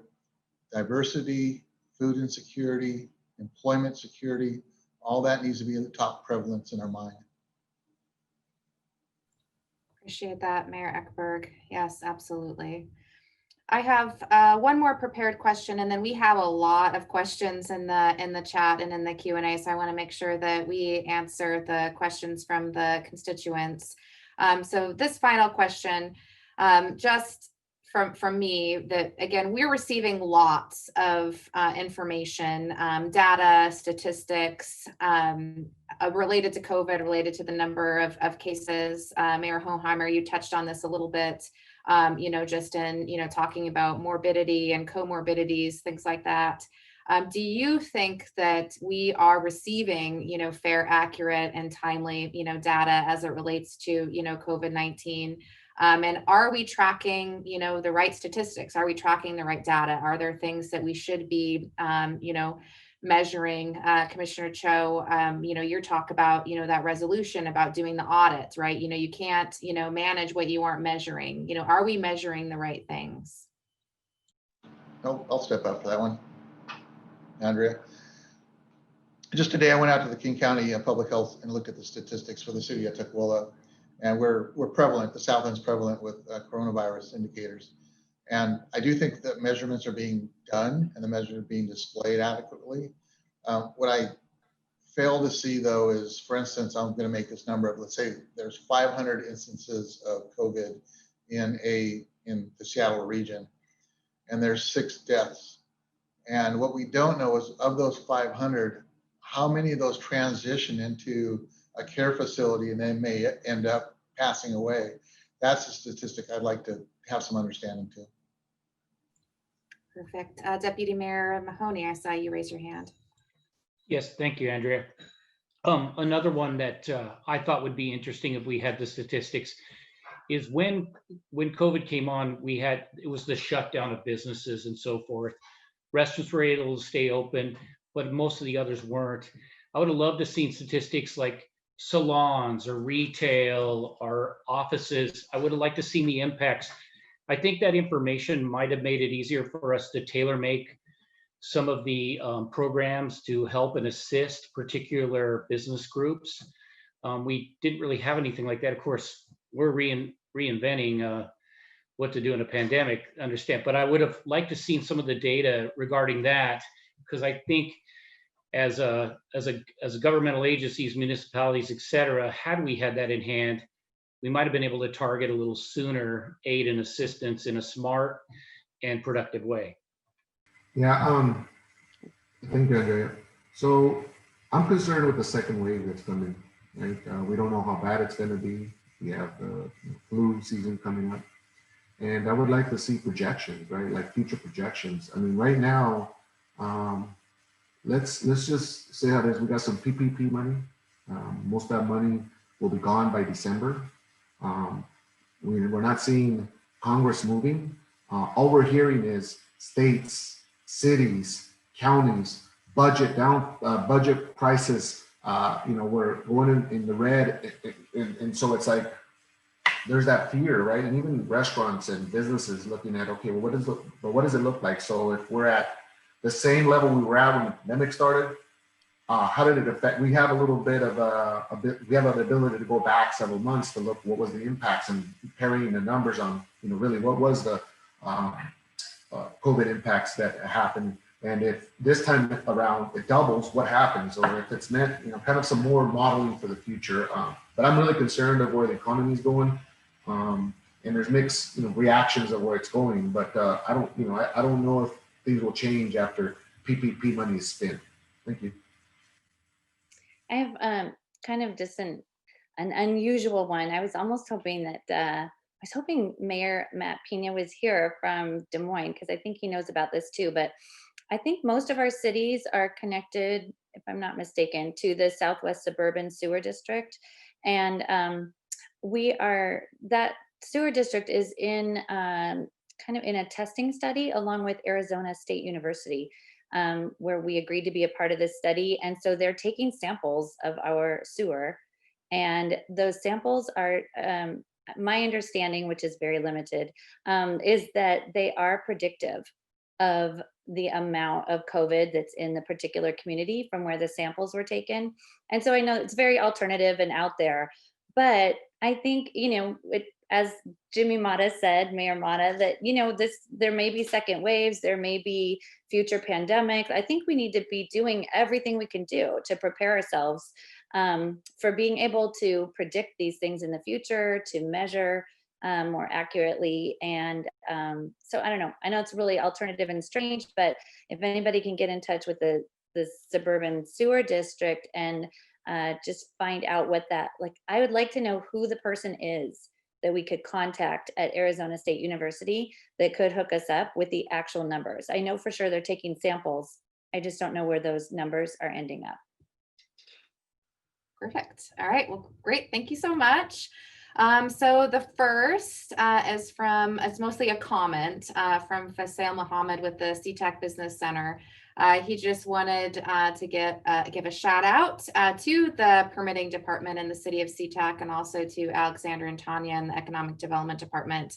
They've been, fundamental in helping them, get their project up and off the ground. So again, kudos to the city of SeaTac and that team. Next is a question from Nancy Salguero McGay, and she runs the Highline Historical Museum.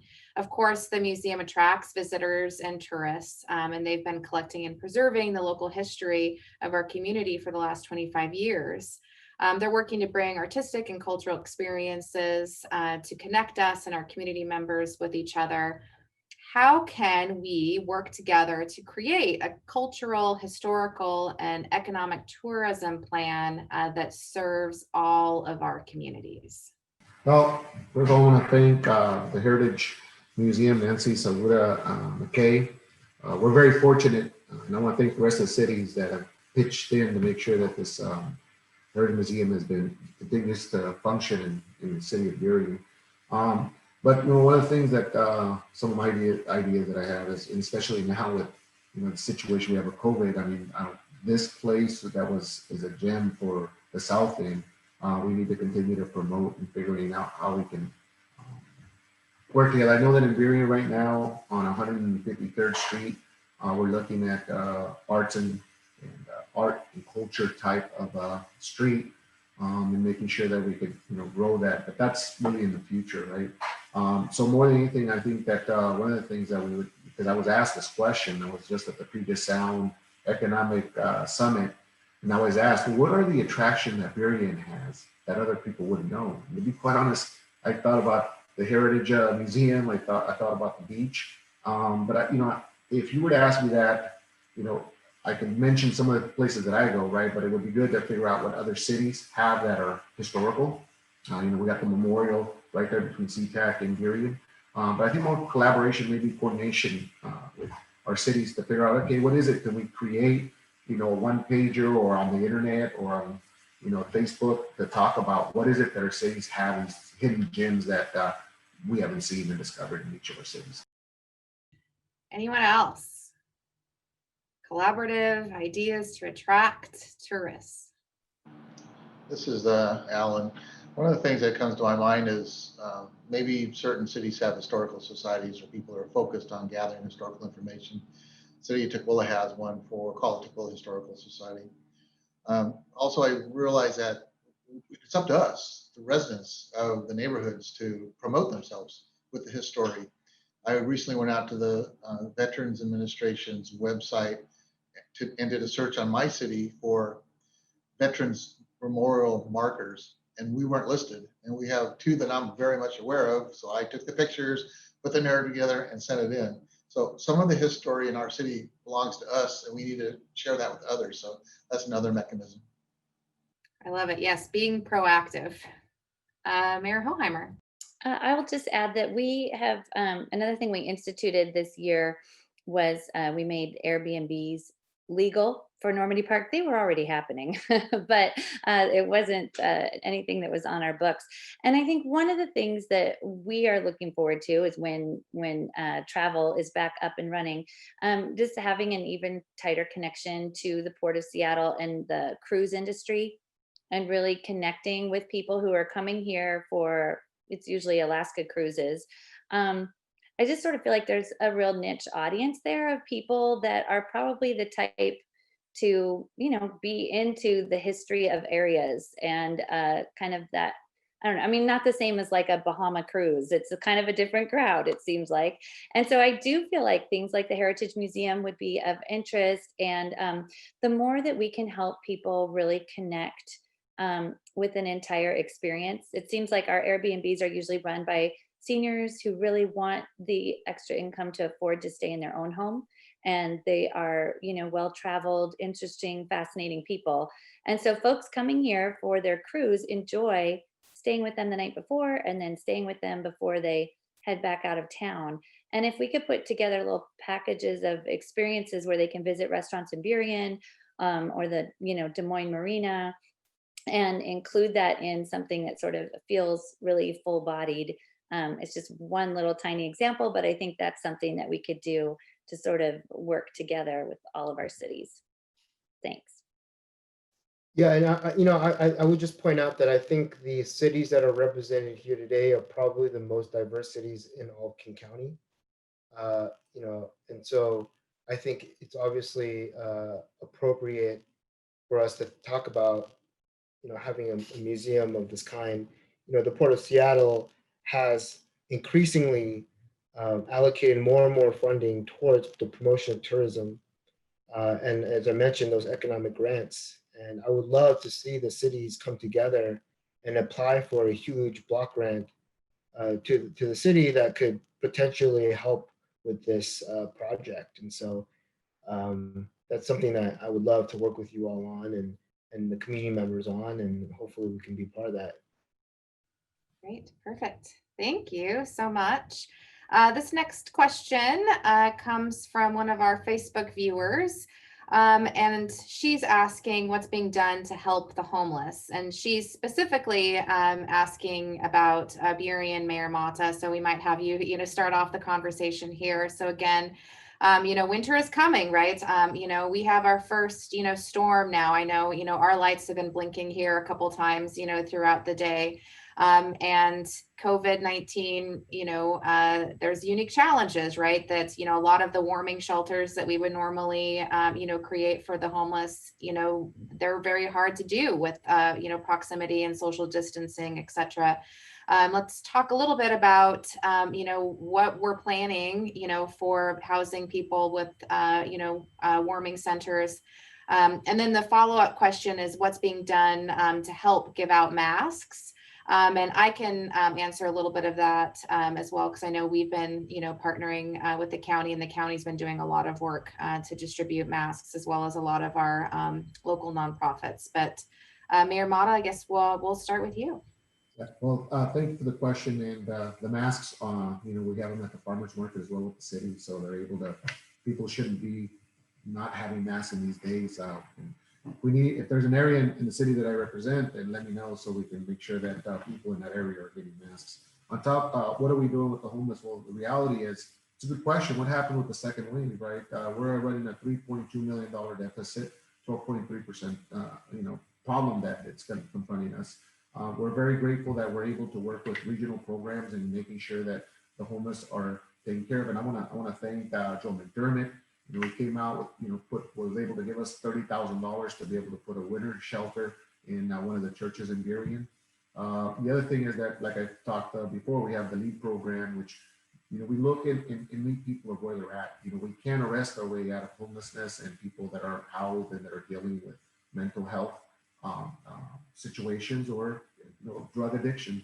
The other thing that we have is, the community court. And that right now, obviously, we're hearing that there's a deficit at the county, and I'm concerned of losing those programs that we had in Burien. We can't self-sustain those kind of programs. In fact, at this point, with the deficit that we're carrying, we can't even, water our grass and cut our grass because we just don't have the money. The safety chips that come for the kids' playgrounds, we haven't been able to lay that down. So we are in dire stress, and we don't have the money. So what are we going to currently do for this winter? Well, we're going to continue to knock on doors with corporate America and making sure that we see some of the individuals that know what social responsibility is for their corporation or businesses. We're going to, Burien as a business are going to have to come together to figure out where we can find money, see how much the city of Burien can put, the county and the state. But the reality is, until we get Congress to stop the deadlock there and get some money to our communities, we've had PPP money go out to the companies. We've had the extra unemployment check that we're coming out, but the cities have not received any money, and so it's concerning. But look, in Burien, we want to make sure that our police are working with our homeless. But one thing I'll just say is that one of the things we're not going to tolerate is having the drug dealing or the drug use. We're gonna use our counselors, but at some point, some behavior you can't accept in society. And so in Burien, I'm very happy that our police officers understand compassion, our council understands compassion, and making sure that we're providing services, food. I know that here recently we have a new facility where food's being served, and we want to make sure that these. And then the other things that we ended up doing is taking $200,000 from our reserves, and making sure that we had that money out to nonprofit organizations that were dealing with unsheltered people and people living without food or just everyday necessities. Thank you. Yeah, Mayor Sitterly. Yeah. Well, in SeaTac, literally written into our fabric is we allocate 1.5% of our general fund balance to human services funding. And we go through a pretty robust process of an application process for human service funders, human service providers, that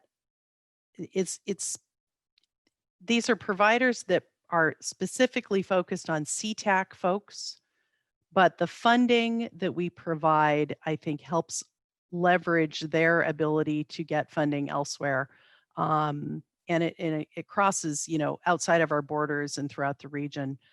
And, this year with this pandemic, I know that the focus of our Human Services Advisory Committee, who does the heavy lift of going through every single one of these applications, and I believe there were 66 of them this year. I know their focus is going to be on taking care of homeless, taking care of marginally housed, and then food insecure individuals. So, we're keeping up our usual practice, but I know this year I think our focus is going to be maybe skewed a little bit towards that segment of the population and maybe less in other directions. So, I'm really proud of the amount of actual money that we put into our human service providers. And I'm also proud of the fact that it really, they're able to leverage those donations and leverage that funding to create more opportunities outside of just SeaTac. So while we're focused on our folks, I think people from all over the region are benefiting from it. It doesn't seem like much when you look at the need, which is upsetting and kind of,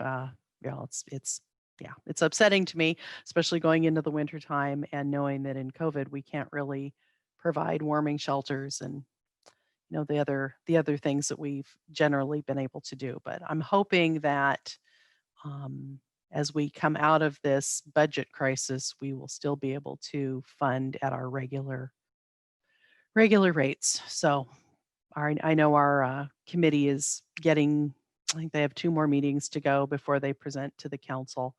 And then just on a single person level here in SeaTac, we have Kim Cooper, who is our human services manager, who is amazing at shaking the trees and being able to find people in need and being able to match them up with resources. So we need to do more. I look forward to everybody else's solutions. Appreciate that, Mayor Sidderly. Anyone else have anything to add? Yes, Mayor Hoheimer. Sure. I sit on the South King County Housing and Homelessness Partnership, and that's been helpful in working. Mayor Nancy Backus is a big part of it. So it's a lot of Auburn and Kent and some of our bigger South King County cities. And I do feel like most of the focus at this point has been on making sure that there's kind of affordable housing is being addressed. And honestly, my city manager has sat in for me on like the last 4 meetings. But I'm hoping that they will get a chance to, get into more homelessness issues. I know that they have done some great work with, I think Burien and Des Moines. You both have people at the table, and it's been one helpful organization to work with.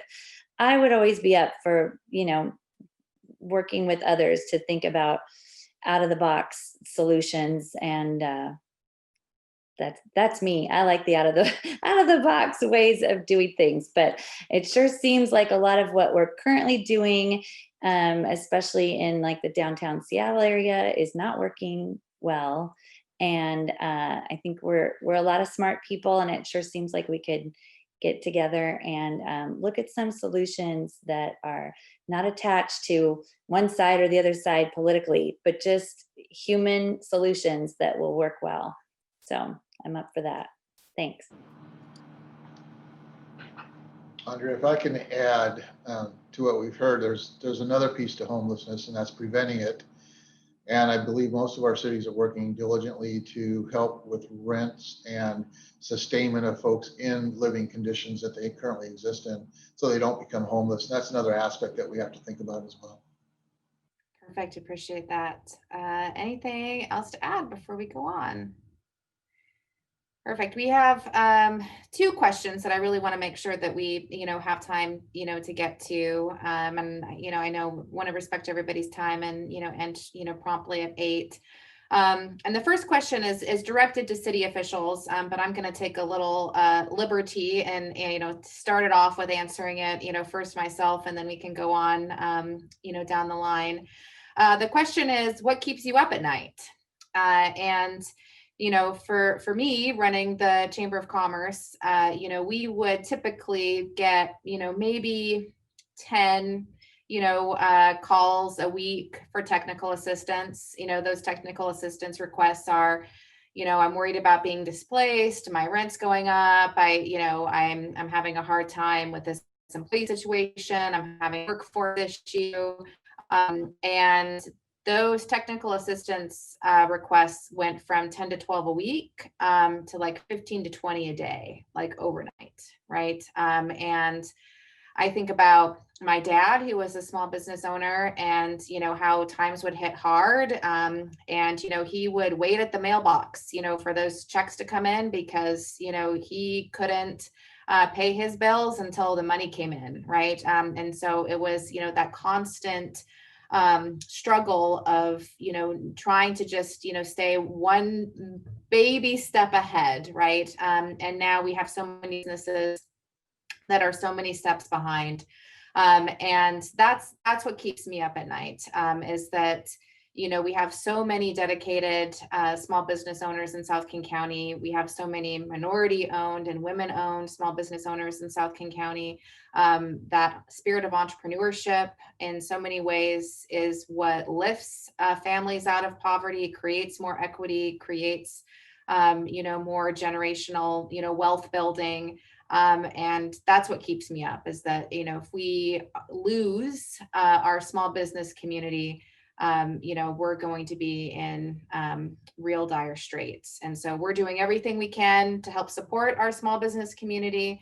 But that's what keeps me up. And so I don't know if anyone else wants to go next. I mean, I'll chime in real quickly. I think you hit the nail right on the head. My biggest fear is that the communities that are being disproportionately impacted by COVID-19 are not being heard, and that the amount of inequality that existed prior to COVID-19 will become exponentially worse post COVID-19. I mean, if you looked at the stock market right now, you would think everything was hunky-dory, that everything's great. But this is just another example of how the rich get richer at the expense of those who need resources. And those who have capital and who have money are putting it in the stock market right now. Meanwhile, we have small business owners who are applying for PPP, some of them unsuccessfully. And then we hear about big banks giving loans out to their own customers, their own clients, giving preferential treatment. And so this is the stuff that keeps me up at night, that we have a system that is favoring one demographic or one group of business owners over another. That we have leadership right now that is not listening to every Americans. I mean, look, 1% are going to be the 1%. Fine, do your thing, whatever. But if we're not helping the most vulnerable, if we're not catering to the lowest common denominator, if we're not helping the least among us, we're only going to end up in a worse place post-COVID. So that's what really keeps me up at night. These blue-collar workers who are seeing massive layoffs. Quite frankly, I think that the stimulus, the extra $300, that's all good, and CARES Act is all good. But my fear is that all we've done is kick the can down the road. And once all that stuff wears off, when the $300 a month or a week is gone and that PPP money is gone, we're going to see the real ramifications of this response. And my guess is that it probably wasn't good enough for the small guy. Well, I think what keeps me up at night is the end date of when people have to catch up on their rent and how that's going to impact our children, our elderly. People are working right now and our children are having to stay at home. So they're making their own breakfast, they're making their own lunch, they're making their own dinner. And some of those days are probably lonely because their parents are having to work 2 jobs to be able to pay their rent. Businesses going out of business, the big ones and the small ones, right? But more than anything, also seeing the pain that some of the small business owners are going through. And, I do see it's impacting our community of color, but the emotional impact goes beyond just, where we're at. These are businesses that are white, brown, Latino, and they don't know what's next. And I've heard them all struggling equally, but the ones that are probably not too familiar with the structure and the power of our system, they don't really understand it, and so they don't know what opportunities are out there. And so it's one of the things that I work very hard in visiting our businesses, and then just our poor and civil unrest right now in our country, and not being able to come to a place where we can agree to disagree, or we can just continue to have the conversation. We're not having that safe space to be able to do that. And whether you're a conservative, whether you're a Democrat, I mean, even within those parties, there's infighting going on. And to me, it's like we're one economy here. If we don't come together as a country and as a community, we could really affect, the future of economy and our growth of our technology. So thank you. I feel like I got to get a meeting on the books with Mayor Jimmy Mata. I think we could do, I just think, actually kind of to Sam's point is that I feel like we could do a show. It keeps me up at night too, the same things that Sam mentions. And yet I think I come at things with such a desire for a more positive attitude or can-do attitude, and yet I know that that's that can seem like it's because I just don't want to deal with the pain that people are feeling. And I think that's not it. Like I think the only way through the pain is to go through. But if we can be there for one another and kind of hold hands and coach one another along and help people to see the beauty that is America. And as Mayor Mata said, the fact that we're all Americans and looking for the common ground. And there's definitely a time and a place where we absolutely have to have kind of that reckoning with the disadvantages and the disproportionality of things. But I think when we realize it, and then we've got to go on, we can't sit in that space for too long, because I just don't know where that eventually gets us as Americans. And so I don't know, I think having partnerships with leaders in our communities where we can say life is a struggle for everyone at all different levels, and definitely more so for some. And I think when we see people really struggling, we need to absolutely be looking at how do we help? What systems do we need to work on? What do we need to do to get you what you need so that you too can have this piece of the American dream that people from all over the place come to see and come to be a part of. And the other thing you mentioned, Mayor Mata, that I appreciate is just how young we are as a country. I think nobody would ever look at a teenager and say, well, that's it. You screwed up. You're never going to amount to anything. Enough with you. You're done. We wouldn't do that. And I think as countries go, we are a teenager of a country, wild and crazy on lots of levels. We've made some big mistakes, but we're learning from those mistakes and we're becoming better together as a nation. We need one another desperately, and we need one another on every single rung of the ladder, from the bottom to the top. If the rungs are missing, it's a problem for everybody, right? And so I think the more we can make this less about our differences and less about how we get into different stratospheres economically. And the more we can just say, it's a human struggle, we're in this together, and we all need to look for ways to reach up and reach back and help one another in a way that doesn't feel patronizing. I think would be a super cool thing to shoot for. So once again, I'm up for that. Thanks. What keeps me up at night is the neighbor down the street that had to sell his house so he can keep his business in town open. It's the kids that are home that aren't getting that social interaction that's so important to their development. I think it's so important in a technical world. The interaction between humans is the answer to better understand each other, far superior than what TikTok or other things can do, quite honestly. And it's the division in this country. Everybody came here for an opportunity.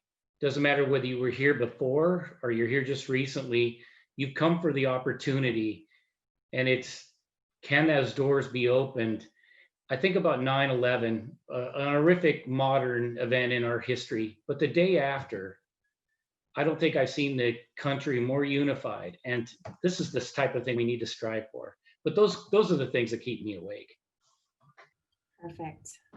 Thank you. Anybody else have anything to add before we get down to our final question? I'll share one aspect of it, and I compliment the mayors who spoke, and those things keep me awake at night as well. But coronavirus is another element that kind of surrounds all of this. And when I realize after I'm finally falling asleep late at night, and I'm finally having a state of dreaming, and in that dream I realize the people around me aren't wearing masks, then you know it's bothering you. And so this whole thing is a bother because of what we have to go through and the protection we have to do for others as well. Perfect. Thank you. And so we talked about what keeps us up at night. What keeps us going in the morning, right? Like what helps us get out of bed and keep going? The challenges, again, as we've talked about, are extreme. But the solutions that can happen when we all come together, when we partner, when we collaborate, when we're creative. That's exciting too, right?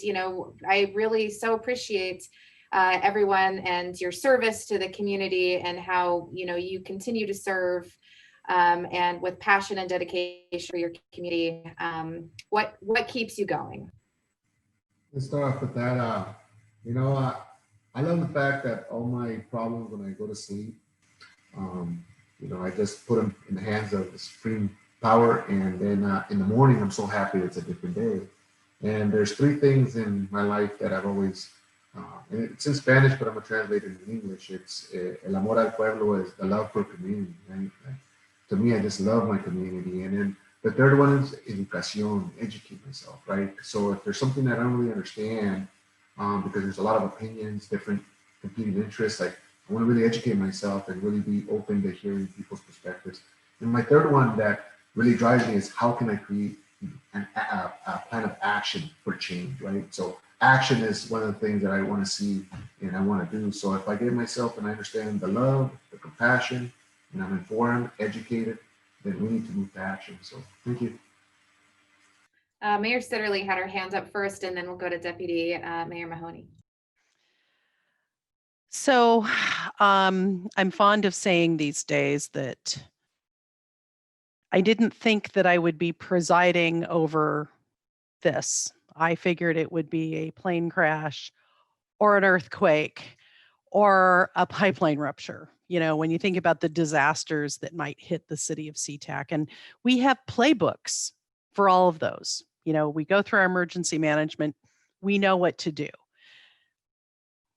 We don't have a playbook for this. We have a playbook for the flu. We have a playbook for chickenpox. We have a playbook for every other disease on the planet, but we've never been faced with something called novel.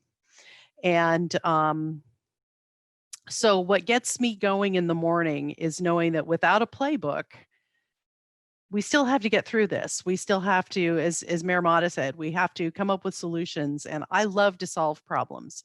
I don't like putting puzzles together, but I love to solve problems. And maybe I like to blow puzzles up and find a better way.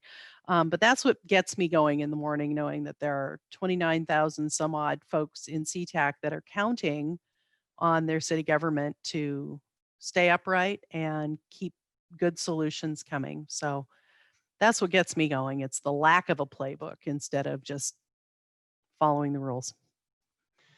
Kind of agree with you. I just, when I get up in the morning, it's the 31,580 people that live in this community that count on us to be confident and lead them as best we can. I love them, whether they like me or not. Same here, I'll say. And I asked my 4 sons, and one of them called from college today, and I said, hey, I got to talk tonight about Normandy Park. What's one of your favorite things? And without hesitation, he said community. And I mean, for sure, we're a people family. And I love working with the people of Normandy Park, and I think being raised in Chicago, downtown inner city Chicago, somehow it just gave me a love for politics and a love for challenging people. So we have a few of those in Normandy Park, and I love it. I love just working with people that others can find kind of challenging for various reasons, and I have really enjoyed my work here in Normandy Park, and I see that, I mean, it just makes a difference to have people come at a situation with some challenges and leave feeling like they've been heard and appreciated, and solutions are underway. And I also wanted to just address Mayor Alan Eckbert's little nightmare of, you know, thinking about people without their masks on. And if I can alleviate anyone's fears, I will just admit that I have had COVID. Early on in March, it visited our home, and out of 6 of us, 3 of us got it. And I lost my sense of smell and taste for a couple of days, and had about 24 hours worth of just kind of feeling crummy, a little bit achy. But, you know, survived. And I just feel like we've got to wear those masks and got to do our social distancing. But I think keep a positive mental attitude about it, and try not to let anxiety get the better of you. Because I think that does go a ways to, that positive mental attitude goes a ways to keeping you through it all. And to Jimmy Mata's point, once again, that higher power. Amen to that. Anyway, thanks, guys. Perfect. All right. Well, again, you know, thank you so much for joining us Through here. it all. And, you know, again, just, you know, really appreciate everybody, you know, taking the time to be here today, and, you know, have a really great, safe and stay safe. We do have more virtual events coming up, so be sure to, you know, check out our calendar for more information. We're going to be celebrating some great, you know, businesses and organizations and individuals on November 4th as we pass out our business awards. And again, you know, thank you. Stay safe, be well, take care, and good night.